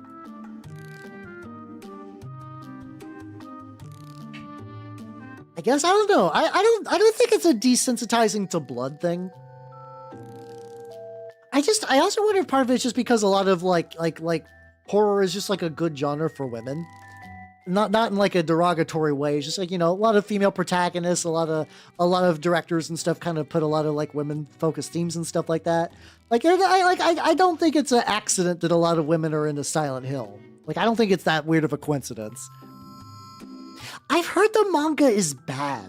Like, there's a lot of times you're like, okay, no, this story was like animated, but like you should read the manga. The manga's better. I keep hearing consistently that the manga was worse, which I'm like, what in the fuck happened there? What do you mean the manga was worse? Maybe it is the Soul. God, I remember like the Soul Eater anime got wrapped up too early because, like, you know, they ran out of material. Ah, that's how it's worse. Oh, no, that's not a thing I'm into at all. Oh, crap. Okay. Okay, then.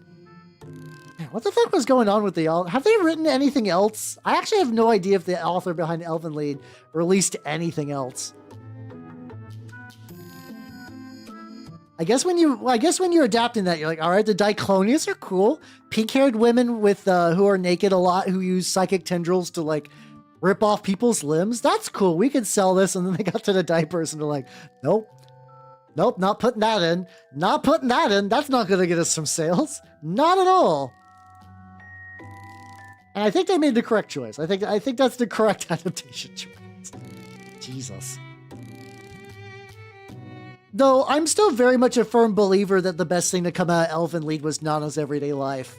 Nana's Everyday Life was a fan comic that I've not read in a hot minute, so I forget a lot of the fine details, but it was just kind of like an interesting piece of fan work. Seth, can you still watch or read Nana's Everyday Life?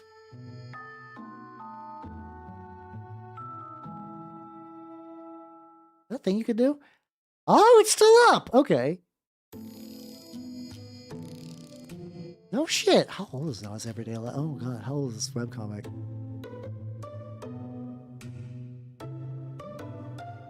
Oh no. Oh no. Fuck. Okay, so the website's still up. I went to the first page of Nana's Everyday Life. And what I did is I scrolled down to the comments because I was curious what the age was. And someone was like, wow, I can't believe it's been 20 years since Nana's Everyday Life came out. Oh, God, why? Why the passage of time? I don't know. That would require me to know what the fuck is up with Overwatch in the year of our Lord 2025. This comment was literally last month. This was specifically targeted last month. Ow. Yeah. This is another like really depressing and sad and brutal comic, but sorry, Sel Silverstein, I'm gonna put you there. I'm gonna leave his head there though, because I like to make my streams as confusing as possible for people popping in. Yeah, that is the thing though. Like the vectors. So in Elvenlied, there's like, I forget exactly the story of a lot of it, so I'm gonna get the details wrong. But effectively, there's the Diclonius, which are basically almost like a splinter species of humanity that have these like psychic like hands called vectors that you can use to like manipulate shit and whatnot. But also they'll just like tear a person in half. And when anime, it's really cool because they would do like, sometimes you would see like ghostly outlines and they would do stuff. But the coolest part was like, there was a scene where straight up you would just see like a handprint, like a floating blood print, move over to like a lever and pull it down where you would not be able to see any of like the actual vector behind it. It was a really cool effect. Like it looked really, really neat. And visually they're like, it's a cool idea. Like it's a cool idea. I will go to town.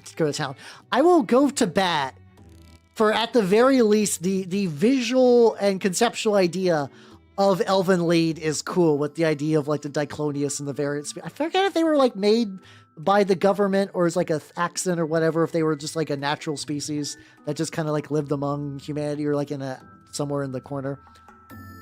Oh, I'm not surprised. Listen, I'm not going to defend the show. I'm not surprised that it's bad. But I will say that, like, there's parts of it that are still really cool, and even as an adult man at 35, I'm like, I get why I was into this as a teen.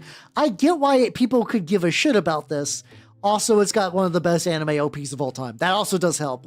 Lilum is still one of the best anime OPs of all time, because it's a show that it's an OP that's so good that people don't even know it's anime. Like, it just sounds like neat music. It just sounds like cool music. I mean, considering that this was all animated, you know, they just animated floating blood, but they did it in a really cool way. It was really neat. It was really neat. But like, I'm gonna say, like, a lot of that time when they were actually doing the shit with the Diclonius on screen was pretty, like, few and far between.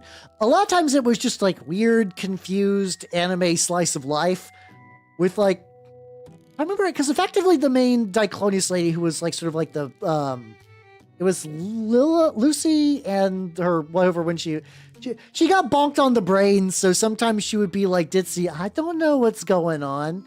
I'm just gonna communicate in noises and also piss on the ground for reasons. Which I guess that's just the author's fetish, really. I guess that's just a thing they were into. But then like oh yeah, I forgot, true, they just have the males just have like no horns. Was the MC a male Diclonius? I don't remember. Like I said, it's been a while. But yeah, like a lot of stuff like that was just kind of like, oh, okay, that's whatever. But you get interspersed with scenes of like a special forces squad that were sent to kill her, and like I think the special forces squad came up to Lucy when she was like in the dumb brain version. And they're like, what the fuck is the big deal? And they're like throwing it around or whatever. And then they bonk her on the noodle and she reactivates and she murders them all. Oh, no, sorry. Oh, sorry. They do have horns, but they're okay. I actually don't think I saw a male Diclonius in the series. I only had the first 4 episodes on DVD. This is what I was talking about back in the day when just like sometimes you just stop watching anime because the anime ran out. There's no more anime. The anime's all gone. We tapped all the anime. The well's dry. The anime whale's dry. That was very real. Real and true. There we go.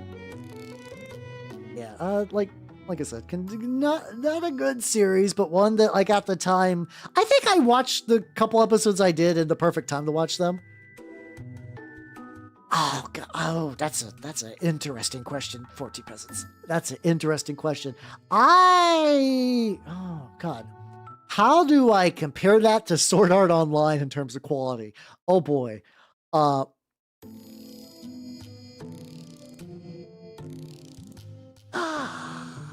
I don't know. See, for me, Sword Art was always in a weird spot because, like, for me, Sword Art Online was just always inferior.hack. So, like, I could never really get a feel for any of its actual qualities. For me, it was just always, like, worse.hack. And I don't think Elvenlied really has that, but it's definitely was, like, cheaply made.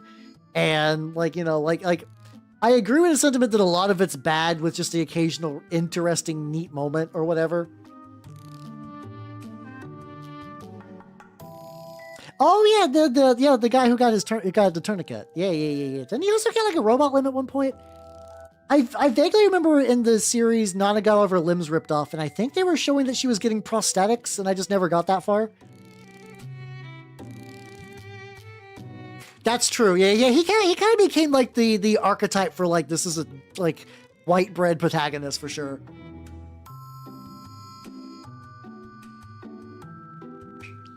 Are you talking about the It was like I don't think this is a big enough spoiler to worry about. She's like the opening of Elvenlied starts with Lucy busting out a facility, and the facility has like civilians in it. And spoilers, she doesn't really give a fuck if civilians live or die. I mean, I can agree with that, but like, I also think that you could take some of the ideas and transplant them into a better thing. Also, way too much incest.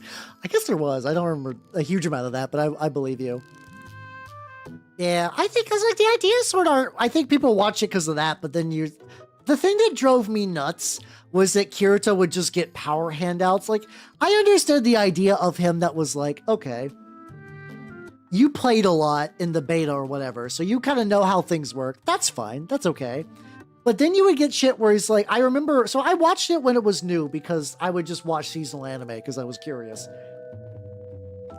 And there was just a point, I'm gonna use Buff and Prairie Ochre and see what that looks like.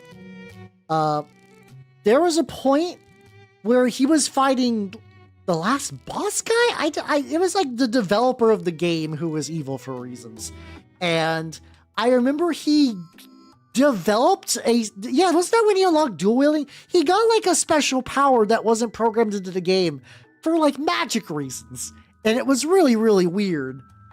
Oh, that probably was a decapitated maid. That sounds like it could be a thing. It was just, oh god, like I think like I was already not enjoying myself, but at that point I was like, I gotta duck out. This is stupid. I give a lot of anime a lot of chances. For me, the chances, Wizard Barristers was the one that I remember distinctly just being like, nope, this is too dumb for me. Wizard Barristers was a show about, like, you know, wizard barristers made by the guy who made, like, Mezzoforte and stuff. And the first episode is really, really cool. And it gets dumber and dumber and dumber and dumber. And then there was an episode, like, 10 that reached to the point of being so stupid that easy to please man, had to stop. I had to stop. I finished the first season of Sword Art Online. I had to stop Wizard Barristers. I was like, this is infuriating. This is the worst. I've wasted my life getting to this point. Okay, so he got dual wielding early. What power did he get? Was it maybe it wasn't like he got it during that fight? But I distinctly remember in Sword Art Online, the guy was like, "I'm the developer of this game. I don't know how you got this skill, but well, guess it's because you're too cool, Kirito, and you got your special wife lady." And you got the unique powers, and you're so cool and tough and smart. And I know it's because Kirito is just fucking like, you know, you're like a 13-year-old Japanese boy. Kirito looks like a 13-year-old Japanese boy. You watch Sword Art Online, you're like, whoa, cool. I bet I would be Kirito if I was playing Sword Art Online because I too am a 13-year-old Japanese boy. That's the funny thing is sometimes I do forget. I do anthropomorphic dog. I'm sure it did. My controversial opinion is I'm not super big on a bridge series. I'm just not a big fan of a bridge series a whole lot. Not mostly just because I had a friend who was really, really insistent about like making me watch a bridge series for a while and just kind of ruined the idea. Yeah, we're talking shit about Sword Art. Sword World's fun. Sword World's fun. Yeah. Oh, yes, is she the one with like the pink hat or whatever? I know vaguely that. Oh, something like that. Yeah, yeah. It's. I think it's because generally I sort of know how they're going to go down. Like I generally kind of expect a lot of the jokes in advance, and like that. I don't mind like, discovering the plot early on for something, but if you kind of know how the jokes are going to go, it kind of you're kind of like, oh, this is whatever. 2 years worth. Oh God. Okay. That reactivated me like a sleeper cell. God, I used to be passed around on A so much, just talking about the 2 years worth of gamer juice, I guess. 2 years worth of gamer juice glopped out of Asuna. Then he actually wrote glopped or something like that, glooped, something like that. So some sort of like verb to indicate stuff leaving.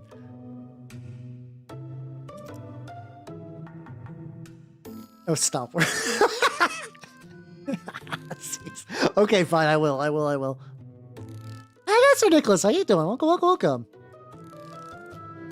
It's surprisingly close. Yeah, this is so. I was building Fulgrim, and I finished Fulgrim early on a stream like a couple months ago, and I don't know what happened. My brain was just like, what else do I got to convert? I'm feeling the bug, and then I found this guy, and I was like, you know what? He's like pretty close. He's pretty close to what I wanted in size, and like I already had the parts for it, so I just kind of just like saw. I also still have the Verminlord torso and the mech legs. That problem is I need to figure out how to connect those together because the torso is actually like missing a stomach. Because the stomach kind of just ended up here. That's what you doing, Sir Nicholas. How you doing? Welcome. Currently, yeah, because I'm currently working on the lad. And it's going pretty good. Get all the various little bits. I want to start doing trim. Do I want to do a full trim? Oh god, I gotta be careful because if I grip it by the skin cloak, that will shatter into a million billion pieces, and then I will weep. I will openly long and slow weep.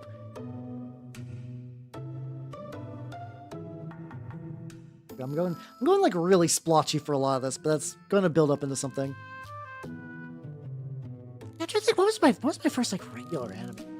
Like one that I remember just kind of seeing from like front to back. I don't recall actually. I did used to be a way more like seasonal anime watcher, but like it's been a bit. If we're talking first anime, mine was Samurai Pizza Cats, but I don't think that really counts. And then if you don't count that, it's Pokemon, which that doesn't really count. Then I guess you would say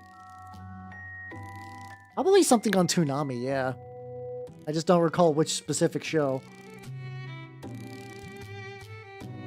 guess if I kind of get like this, actually, this looks pretty good. And just kind of hit that up with another layer and stuff like that. Like it's weird when I say that Pokemon doesn't count. Like objectively, Pokemon is an anime. There's no like real discussion, but it's also like not what you want to hear as somebody's first anime. Like there's supposed to be like a conversation and a story. And if you're like, Pokemon was my first anime, it's like, oh no, you were a child in 1998. Like, yeah, obviously, yeah. But like, I didn't treat it like anime either. I watched Pokemon, but in my brain it was never like I'm watching an anime. It's more like I'm watching a show. I mean, those are all good choices, Steve. Those are all good choices. Let's see. Let's see. Makes it tough resin, but they still really. Yeah, I mean, it's basic resin is strong, but yeah, it is still like if you drop it, it will still shatter. I think that's fair. That's fair. Oh, fucking Tokyo! Didn't they do like a Tokyo Mew Mew reboot thing? Let's see.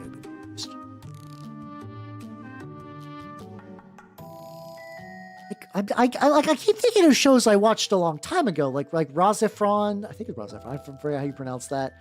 Like I could maybe say Gundam Wing. I have vague snippets of Tenchi Muyo, which I would actually really, really like to watch again. I would like to watch Tenchi Muyo, like, to the point where I could understand what's happening on with the plot. It was one of those, like, I would watch Tenchi Muyo, but it was so sporadic that I had no idea. I just thought it was rad as shit that a rabbit thing could turn into a spaceship. I still think that's a cool idea. I love the idea of a creature just fuck it, turn into a spaceship. Why not? That's still a cool idea to me as an adult. A lot of things I'm greatly amused. That's the word I was looking for. I'm greatly amused at a lot of things that, like, when I was younger, like, this is rad. It still is. Oh God. I don't know.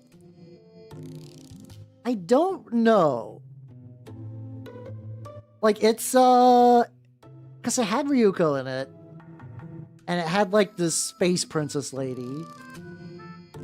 But I also feel like that's basically every Tenchi. I don't think... It's whatever one aired on Toonami. That's about the only actual quantitative descriptor I could give you that might even partially identify what I was fucking watching.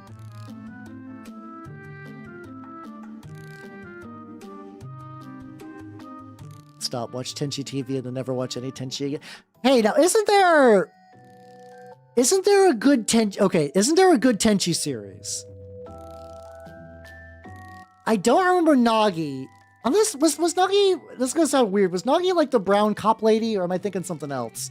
But I do remember Washi. Washi was like the red-haired lady who kind of looked like she was younger than Ryoko, but like was her mom.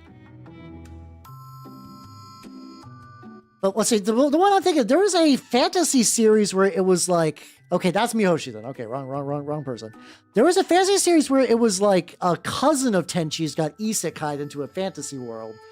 And I remember for a while people went apeshit for a... There was like a dark elf character in that series that was sort of like the archetypical like anime dark elf of like the 2010s. Because she was just kind of like really cool looking. I don't know if I can remember what that was. Like, I didn't even realize for a while that was like a Tenchi spinoff.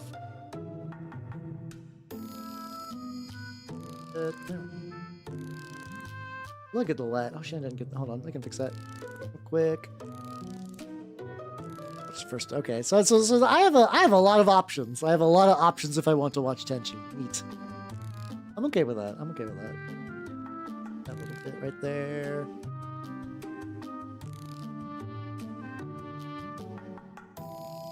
Good. This is gonna drive me nuts. Hold on. Let me get this on here. Yes, yeah. War on Geminar. There we go. That's it. Because I remember. Let me bring her up. Is she a dark elf? I think so. Or Geminar, elf. Do elf. She just literally just. Oh, no, okay. Yeah, this lady. She got a. She was like really, really popular for a long stretch of time, and I think she's kind of forgotten now, which is funny because I feel like her character archetype would do even better these days. I'm trying to find a good image that's not like, oh, fuck off AI art, you are the fucking worst.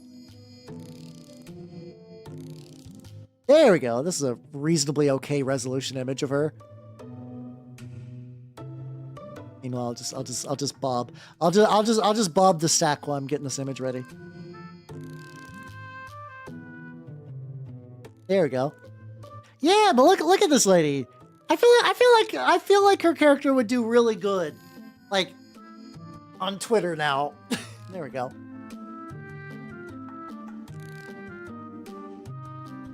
Oh fuck! I did the thing where I muted the ads, but there wasn't enough break. Oh, my screen must. Hold on. Hold on, I need to. I'm gonna do a thing. Hold on. I've had this up for a while. Oh, actually, hold on.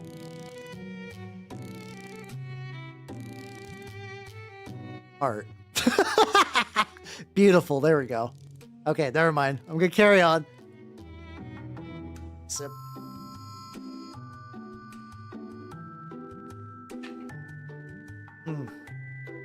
I'm gonna let him dry. Oh, hold on. I got this mixture that I need to use before it expires. Yeah, this is like a pretty common thing where they're like, this movie is gonna be the end, and they're like, well, actually, no, we want to do like a bunch more. We want to do a bunch more for just because, you know, why not? What if I do like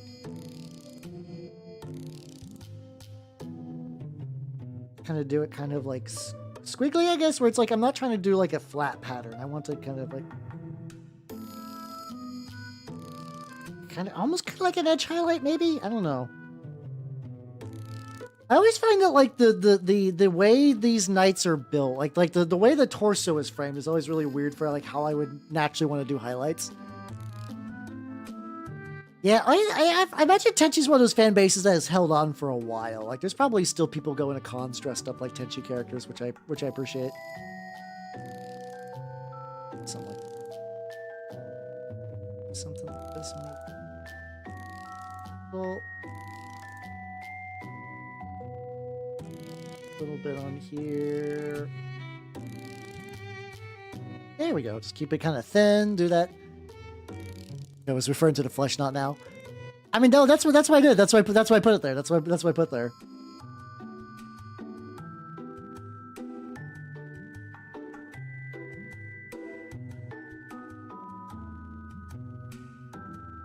Incredibly thin little line that if I just keep like very lightly hitting, getting a little bit of streaks.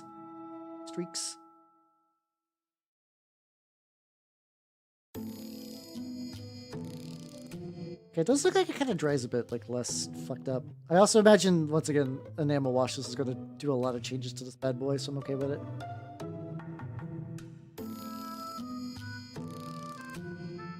I also want to do, I didn't do it with any of the other ones. I want to try actually doing that, like doing some like chipping and stuff like this on the tips. So I'm probably going to do like the lighter color, and then I'll do some like brown eventually, and then just kind of do some like metal in that. Oh yeah, I never got the flesh on. So this thing is held together by flesh. I just never got that. Okay, well that's an easy fix. I can fix up pretty quickly. Continue just to kind of like. That's okay. That's really even. Probably shouldn't have made that as even. It's fine. It's fine. It's fine. But yeah, I don't know. Like Tenchi's been like one of those like. I wonder when is the time. Like when is the time my brain's gonna be like, Hal, you know those series you want to get around to doing, watching stuff like that. Now's the time. And I don't know if it's like, cause like, should I schedule that? I don't know. I don't know how I want to do that.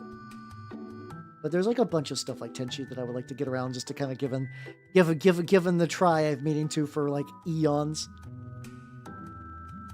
And my head is so fucking like flesh colored. Eventually I'll do enough flesh on my hand that it'll just look like a hand. It'll be perfect. The perfect disguise. No one will ever know. That's like reasonably coming together pretty well.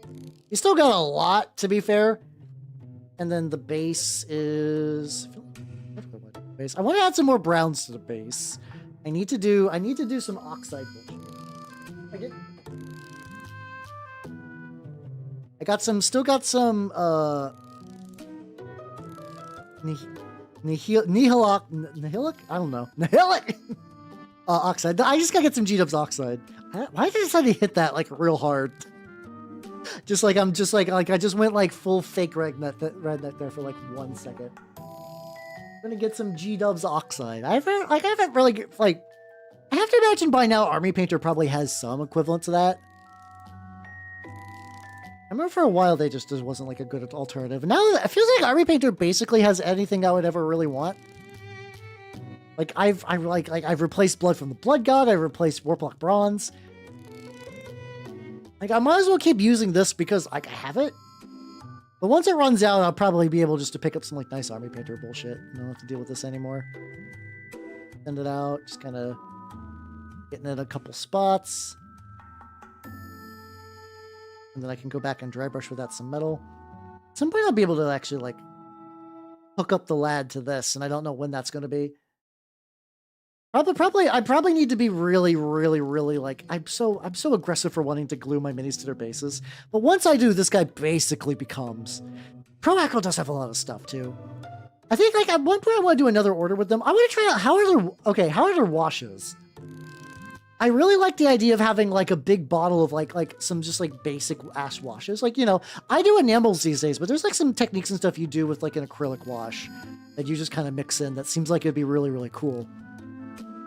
And I know they have a couple tones, but I don't know what like their coverage is like, or like does it clog a lot? If anyone's ever tried any of their washes, let me know. I'd be super curious. Base. How you doing, Furrow? How you doing? Welcome, welcome, welcome. I'm working on a big rat robot because that's what I like to do with my life. I like to make the big rat robot. And it's going pretty good. Thin this out because I know this stuff gets really, really strong if it's unthinned. I think I used to just like mush it just like directly out of the bottle. And it was like, you know, not too bad, but I some of my early minis have some like real intense oxide stains, but like not in a way that like look good. Scream. Oh god, yeah. I actually don't know if I've seen any of the Scream movies. Once again, I'm somebody who like on paper should like a bunch of different horror things from games to movies. I just never really got around to like watching any of those. I think I do, but I think I'd better like supernatural horror stuff though. I know if like isn't Scream just about like a guy who stabs people? Like I don't know if there's like a supernatural component to it. Maybe. Like I said, I guess I've never really like watched any of them. So maybe he's like a funky ghost or something. Oh, it's just a slash. Oh, it's a slasher parody. Okay. So I'd probably like get something out of it through like pop culture osmosis, but probably wouldn't hit as hard if I didn't watch like at least a couple. Maybe watch a couple like Friday the 13th and like Nightmare on Elm Street and shit first. Maybe a little Halloween. There we go. Here's what I'll do. I'll watch exactly Halloween Season of the Witch, and then I'll be prepared for every slasher movie. I'm thinking where the Season of the Witch gets like real weird, where there's like a witch on screen that's trying to like turn children into snakes with like Halloween toys or something like that. It's my description is nuts because like I've only seen like little bits and pieces of it mentioned, but everything I hear about Season of the Witch is just like, well, we already exhausted Mike Myers. Let's just do something like real fucking weird, and I can appreciate that. No. I can appreciate doing something like real fucking weird. I don't know if TV audiences were like jazzed for that, but I don't know. Skill issue on their end. Get their asses whooped on a program. You need that catharsis. Like that's why like Freddy will get like his shit wrecked, from what I understand, because like you know if it's just all Freddy just murdering people, you don't. That's not the point. I have watched. That's just the thing. I have watched Scary Movie. Definitely one. Which one had which one had that in it? I think that was Scary Movie 1. That was like one of those weird things that was like for some reason extremely popular where I was when I grew up. In the small redneck town I lived in, people were just really, really, really like that Was Up scene. And I don't know if like I have to assume that was like a big cultural thing outside of my small redneck town, but like I could be wrong. I don't know. Oh, they have oxide ring. Okay, so that's something I could grab if I wanted to. So nice. A little bit. Oh, yeah, it was a Budweiser thing. Yeah. Oh, he's got spikes. He's got these, like, big-ass fucking spikes coming off the sides of his arms. And I don't think I've ever...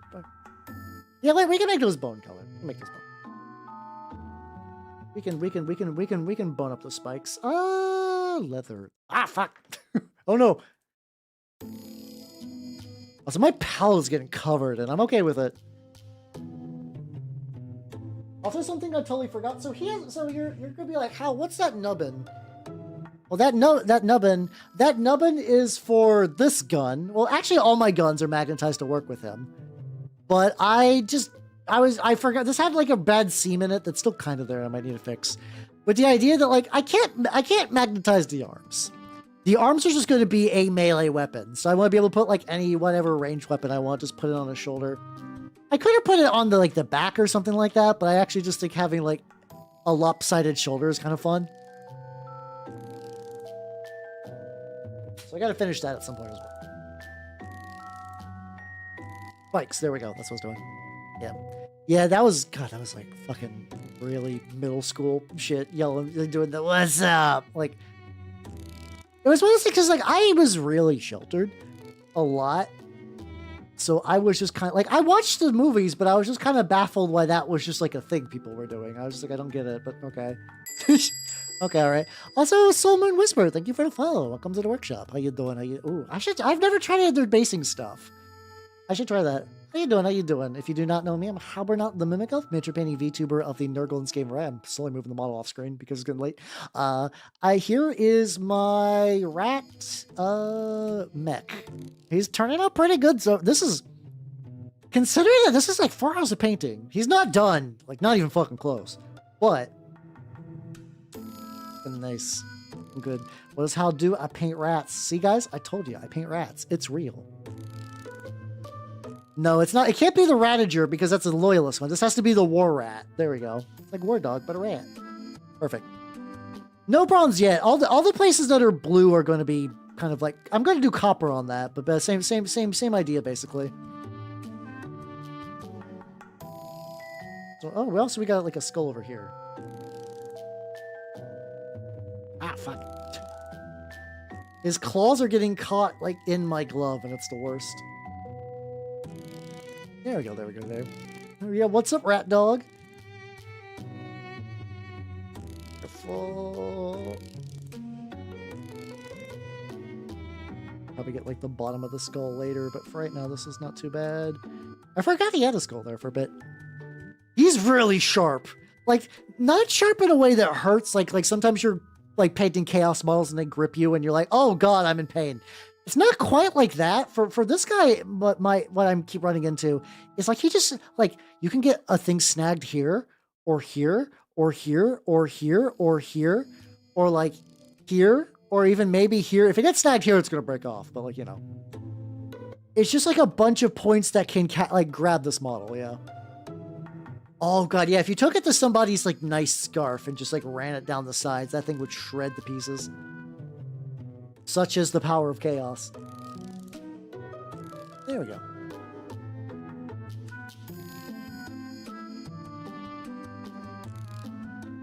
See, let's grab another skin color and work a little bit on the front of his scarf. Big sippy. I wonder if I use like, what's it called? If I use medium. I just like have a big thing of matte medium and it's great because I can put it into a little dropper bottle. It's super nice. So I'm using water thinning. What if I'm doing like this style? Okay, it's really runny. I'm gonna put too much on here. Oh, actually, I think this is a mistake. Okay. So, and now what I'm gonna do is let's try here. Actually, okay, this is not too bad.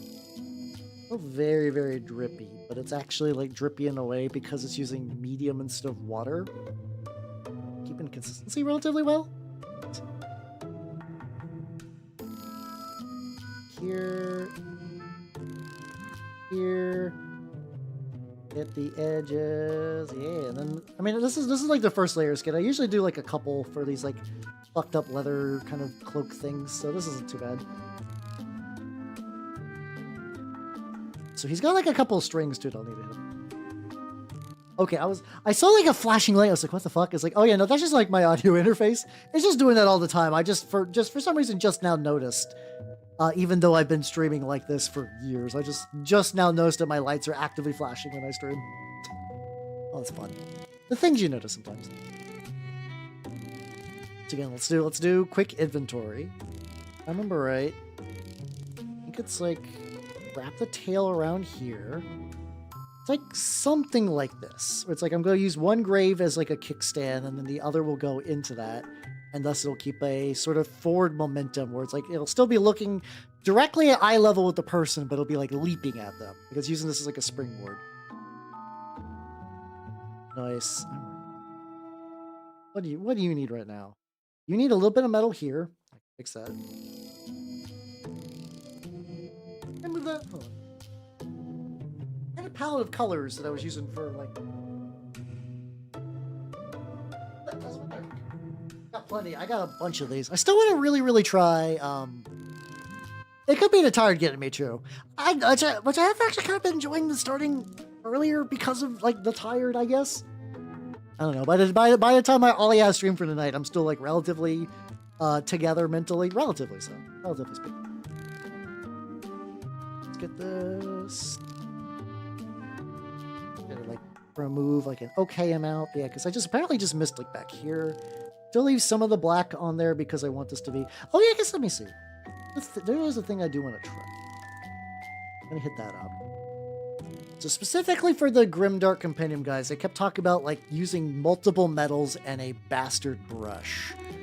So I got the bastard brush. I got fucked up brushes for days. That's not a big deal. Where's that? Here. This is my boar brush, which I really like these boar brushes. They're just good, stupid utility brushes for cheap. And I'm gonna see what happens if I take dark aluminum. I'm not gonna go like super crazy on this because I'm just testing a theory. Put a little drop on my palette. And just take this boar brush, kind of like get a little bit on there. Also, for some reason, this is the first time I've tried using like my desk as a way to remove excess paint. I don't think this is something I'm gonna do on the regular, but for some reason today it's working. Just go like, I put some rust on this thing like in advance before I primed it. It's a bit of a shine. Do it. I don't know if this is something I'm really digging. Beat the devil with that brush. I mean, it's my desk, so it's already got, you know, it's doing okay.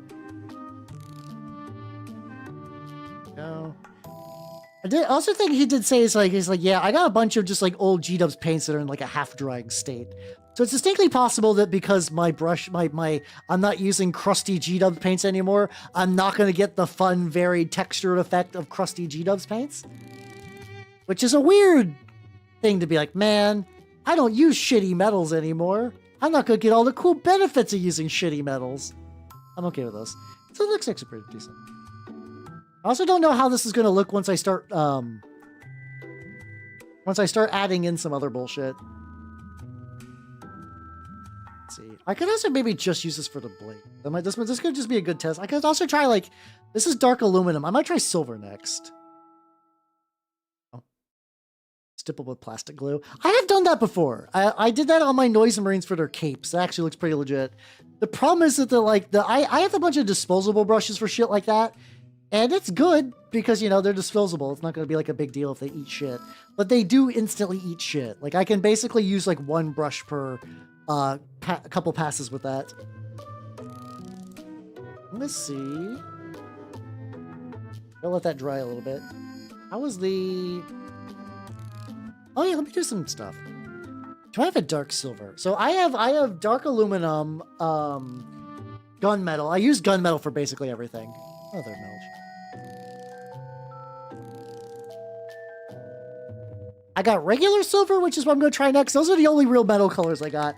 Apparently, Vallejo has introduced a new metal range, I guess. Which I've not super duper looked at.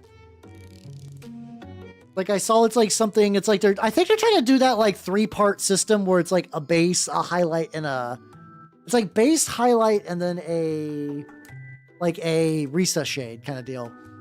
I saw that they're doing that with metals. And it's like one of those things, it's like, I'm sure they're like good. I don't need any more metals. Like that my problem with metals was solved by Vallejo. I don't know what to do now. Like this has nothing that I need. You already got me covered, my guy, my man. This is not nearly dark enough. It's like charred brown too. This is supposed to be a dark brown. What the fuck? I guess I can mix a little bit of black in there. I can do that. Oh no, hold on. Where's my German dark camo brown? I don't use that color anymore. This is like a color. This German camo black brown. I used to use a fuckload, and I just stopped for reasons I don't entirely know why. Yeah, there we go. Okay, this is much darker. This should work. A little bit of that Joe Sonja magic juice because it just adds extra working time, which is nice. Come on. That's also been nice work on stuff. I did actually really like using Noosh. I don't think I would ever use Noosh on like my, what's it called? I don't think I'd ever use Noosh on things that were not terrain. Like, I don't have, like, I don't really have anything that would require me to use that as opposed to, like, enamels. But for, like, you know, if I'm just doing, like, a bunch of terrain stuff, I actually really, really like Noosh for that. So, yeah, I bought Noosh, and I sat on it for a while, and I used it for some Gambians for turnip. A+ Gambians. They Gambi the fuck out of those yins or whatever. I don't know. They're good, though. They're good. I mixed, like, a dark brown, and I put it on there, and it stayed wet. Like for like well over 15 minutes. I saw there was a Artist Opus did like a good video on like how they use Noosh and how like the longer you leave it on there, the more it stains. I thought 15 minutes was a solid amount. So I just left it on there and then I wiped it off and it still looked pretty dark, but I gave it some time to like dry up and it looked pretty good. My thought process is I can just add some extra random browns everywhere. And I'll probably do a lighter one as well in a sec. To add like a little bit of color variety to this fucking base. And I'm eventually going to be doing like, you know, like weathering pigments anyway. So this is almost kind of a moot point. Also, I'm like removing rocks. So I think it's good though. Because like sometimes you can see like the other colors poke out from the bottom. Do I try the leather brown on this? This is a brighter brown. Give it a go. I could always paint over it. Really, really putting this brush to the test for being like my dry brush. One of them. Well, I can even kind of mix it a little bit. Neat. Once you get inside the Citadel thing, it just... Oh, God. Why is... Something I must have bumped my camera. Everything feels like slightly more to the right than it usually is. I don't know what I tweaked. Or if I just bumped something and I just haven't realized, it's like my entire workflow shifted slightly. I'll have to deal with that shit later. Let's see. And you know what? Speaking about shit I can deal with now, though. Let's dry brush some... I'm feeling copper. I've been using Evil Chrome for my oxidized dry brushes, and I feel like it's too dark still. Like it's like... It's not bright enough. I'm gonna try the metal color copper and see how that looks. Do I use this as my dry brush for this, or do I use a different one? Yeah, probably if I'm dry brushing with with like a metal color, this is probably still a good idea. Okay, there we go. So we got this, and okay, this is kind of drippy actually. Hold on. Need to make sure I'm not just like pushing water. I might need to shake this a lot more, actually. Yes, I need to shake this a lot more. I basically just got liquid. Fuck. Hold on. I guess I haven't used this color in a while. I can like really remove all the water from my brush on my lap. I do have a paper towel in there. There we go. Give it a good shake. This is probably going to give me what I want. Okay, that's still runny, but significantly more pigment. Okay.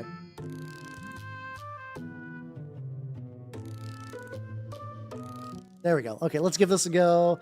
Luckily, even that, like, little bit's, like, not the worst. Ah, there we go. This is what I was looking for. I want this to be, like, pretty oxidized, but I'm okay with just, like, a little bit extra metal on there.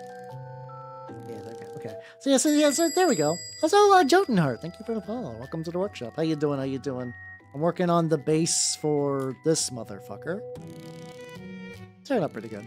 Consider this is like roughly 4 hours of work. I'm feeling really happy with that. How you doing? I hope you do too.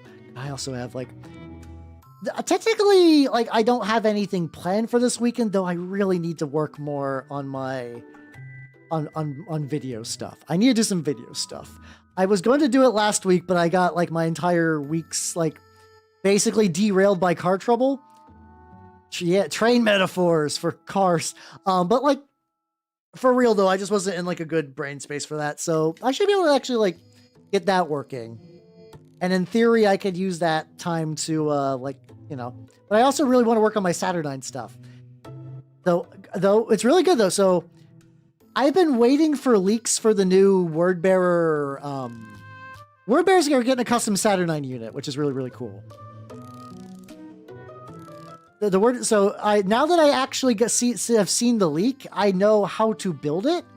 So it's like one of those ones. It's like, you know, I need to know like how many's in a squad. Like I didn't know that the leader of the like Faestus Conclave or whatever is called the Disciple, and it's like, you know, so that means I gotta make one to look extra leadery. So that'll be fun. So I'll probably be building Saturnines, and maybe like I do want to do the battery as well. Hey, there we go. Nice.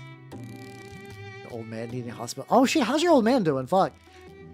Kind of sounds like a lot of people's old men are not doing great. I think you're not the first person I saw this week that's apparently old. It's real rough season for old dudes.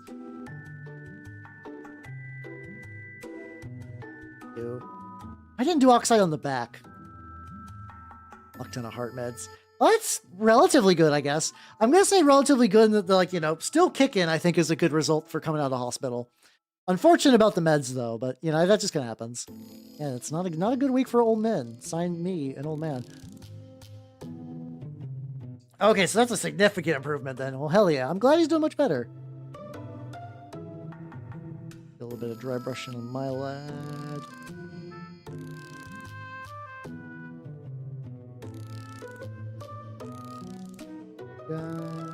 There we go.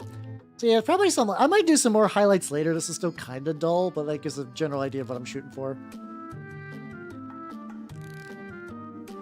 It's gonna be interesting for these little bands. I might go back with a smaller dry brush for these, but I can at least get like the tip. Actually, if you're just getting just like the tip is not too bad. Oh, is it like, is he one of those people like, is he afraid of the money costing, which is understandable, or is he just like, I'll be fine?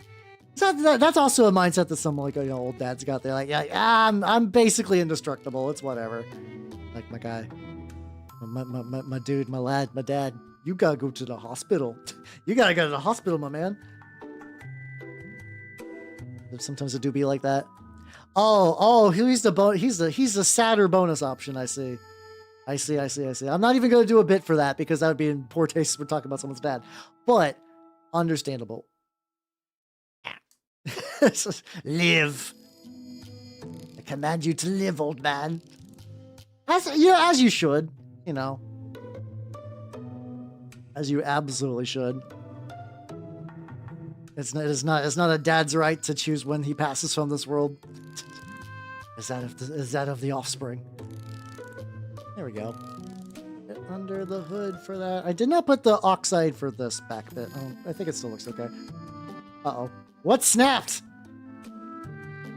Oh, it's this fucker again. You know what? I don't care. You're gone now. Yeah, just give him the motivational live speech. I can just take the metal. You know what? Normally I'd be upset with the spike breaking. This is one less bit of bullshit. No, it was just one. He just had like a spike on the back that just got caught on the table. And you know what? I'm okay. I'm okay with this. He's got enough going on that like if oh no, the spikes are broken on a chaos model. Whatever will I do? Okay, fine. Yeah, it's all good. It's just a spiky bit, yeah. I'm gonna take a little bit of this leather. I'm gonna take a little bit. I don't know why. I've been doing more color mixing with this guy than I have done in a while. Feels good. Yeah, I love me some models that have spiky bits, but man, do I regret having models that have spiky bits. Some off-white with that leather. Yeah, having tiny thin guns is also not great. Also, how you doing, Real Dirty Dan? Welcome. Thank you for the follow. Welcome to the workshop. Enjoying it so far as the pain. Hey, what you working on? Unfortunately, I'll be probably wrapping up soon, but I've been having a good time working on this Chaos Knight War Dog and accompanying base. I'm pretty happy with today's progress on the lad. Nice. Let's see. Currently getting some spikes. I got like a bunch of little areas that will definitely need work and stuff like that. So once again, considering the pace I've been going today, I've been feeling really good about this. Palette is absolutely fucking filled though. I am not going to be able to add like any more paints to this palette, which is probably good. I got like a little bone mix, gonna get a little thin.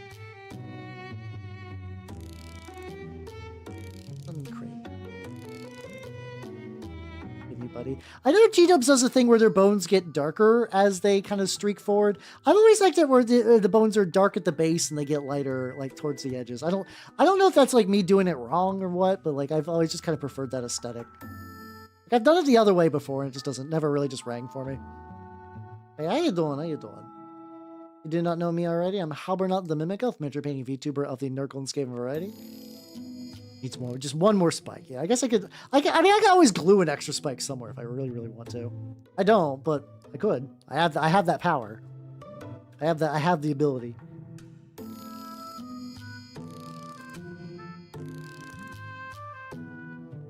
And I gotta do some more highlights. Really, a lot of the extra flesh could probably use a couple little highlighty bits.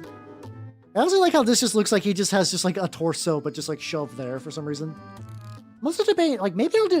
I'm also kind of debating doing the tubes a different. I thought I just got somewhere in the wrong way. I do the tubes a different color. That might be fun. What color would I do the tubes then, though?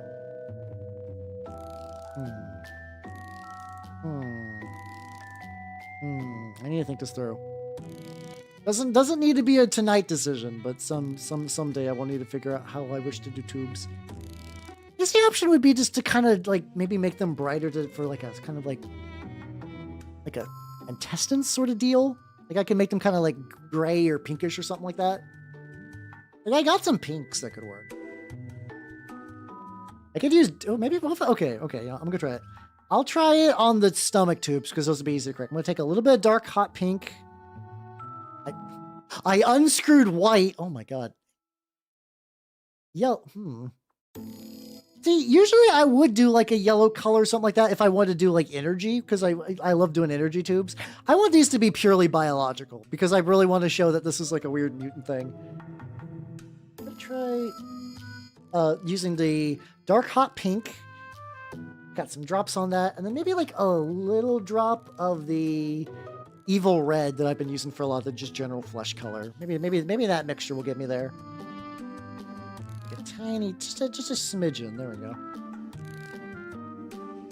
And then, I mean, the thing is, I'm probably gonna make a lot of the flesh slimy. Probably anything that's not like eventually going to be skin colored is probably gonna be slimy. I can do a little bit more red. I can do a little bit more red. Oh yeah, I'll be doing some like gore and stuff too. Don't you worry. Don't you worry. Gore will happen on this horrible beast. That's one of my favorite things to paint. It really is. I like painting gore effects. It's really fun.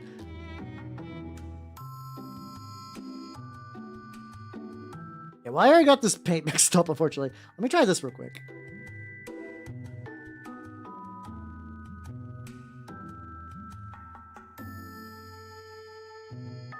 I think I do kind of like this. Having some veins would be a cool idea. I know. So there's a weird thing in the like what's it called? In the Grimdark Compendium guys that they do to make veins, where they seal a layer with glue, then they put like a wash on it. They'll take like a blue wash and put it on there, and then they start to remove the wash with isopropyl alcohol. This guy's actually got like a lot of exposed flesh. That might be worth looking into for this. I don't know how practical it will be on stream just to load up a model with just fucking glue live on stream, but I won't be doing that tonight, but I'll fix that. That's probably worth looking into though. That sounds like it could be a good idea. So yeah, good idea for the veins. Blue veins would be good. I'll have to see if I can get that technique to work, or I can at least get that started. Shoot and glue. Why do you say it like that? But yes, I'll be doing the glue. I also need to get like a nice brush on glue. It's also like a really slow process too. I don't know. I think it'd still be worth, even if I don't do that on stream, this still might be a good test. Well, there's a lot of techniques from those videos that I watch the video when I'm not painting, and I'm like, I should use this on the thing I paint, and then I just don't get around to doing the actually implementing the stuff I'm learning. All right, and with that, the lad is done is a strong word. He's definitely not done. However, I am very happy with today's progress. Also, I take it back. This tarnished metal kind of doing it splatter style is actually kind of legit. I might have to implement that on like a sword or something else. And with that, I'm going to cut the Toho musics and let's go to the chatting screen.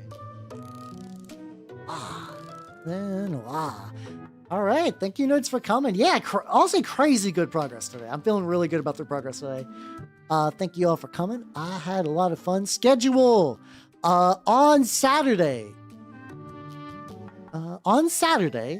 I will be streaming American McGee's Alice. I'm very excited about it because I have not played this game before, and it's that like right sort of goth style that I think I'm going to be really fucking jazzed about. So that's gonna be big neat. Besides that, on Sunday I will be doing some more painting. This is a painting every week. What am I doing on? Oh yeah, no, it's terrain. I wanted to finish up the terrain from last Sunday. This coming Sunday. I don't know if it's going to be possible, but we'll see. But yeah, with that, thank you for coming, everybody. It is a very Tim Burton core game, a little bit I've seen. That's fine. That's a plus for me. Take it easy. Bye, everybody on the YouTube side. Bye-bye. Ooh, no, let's go. My copy, I just got confirmation my second copy of, I pre-ordered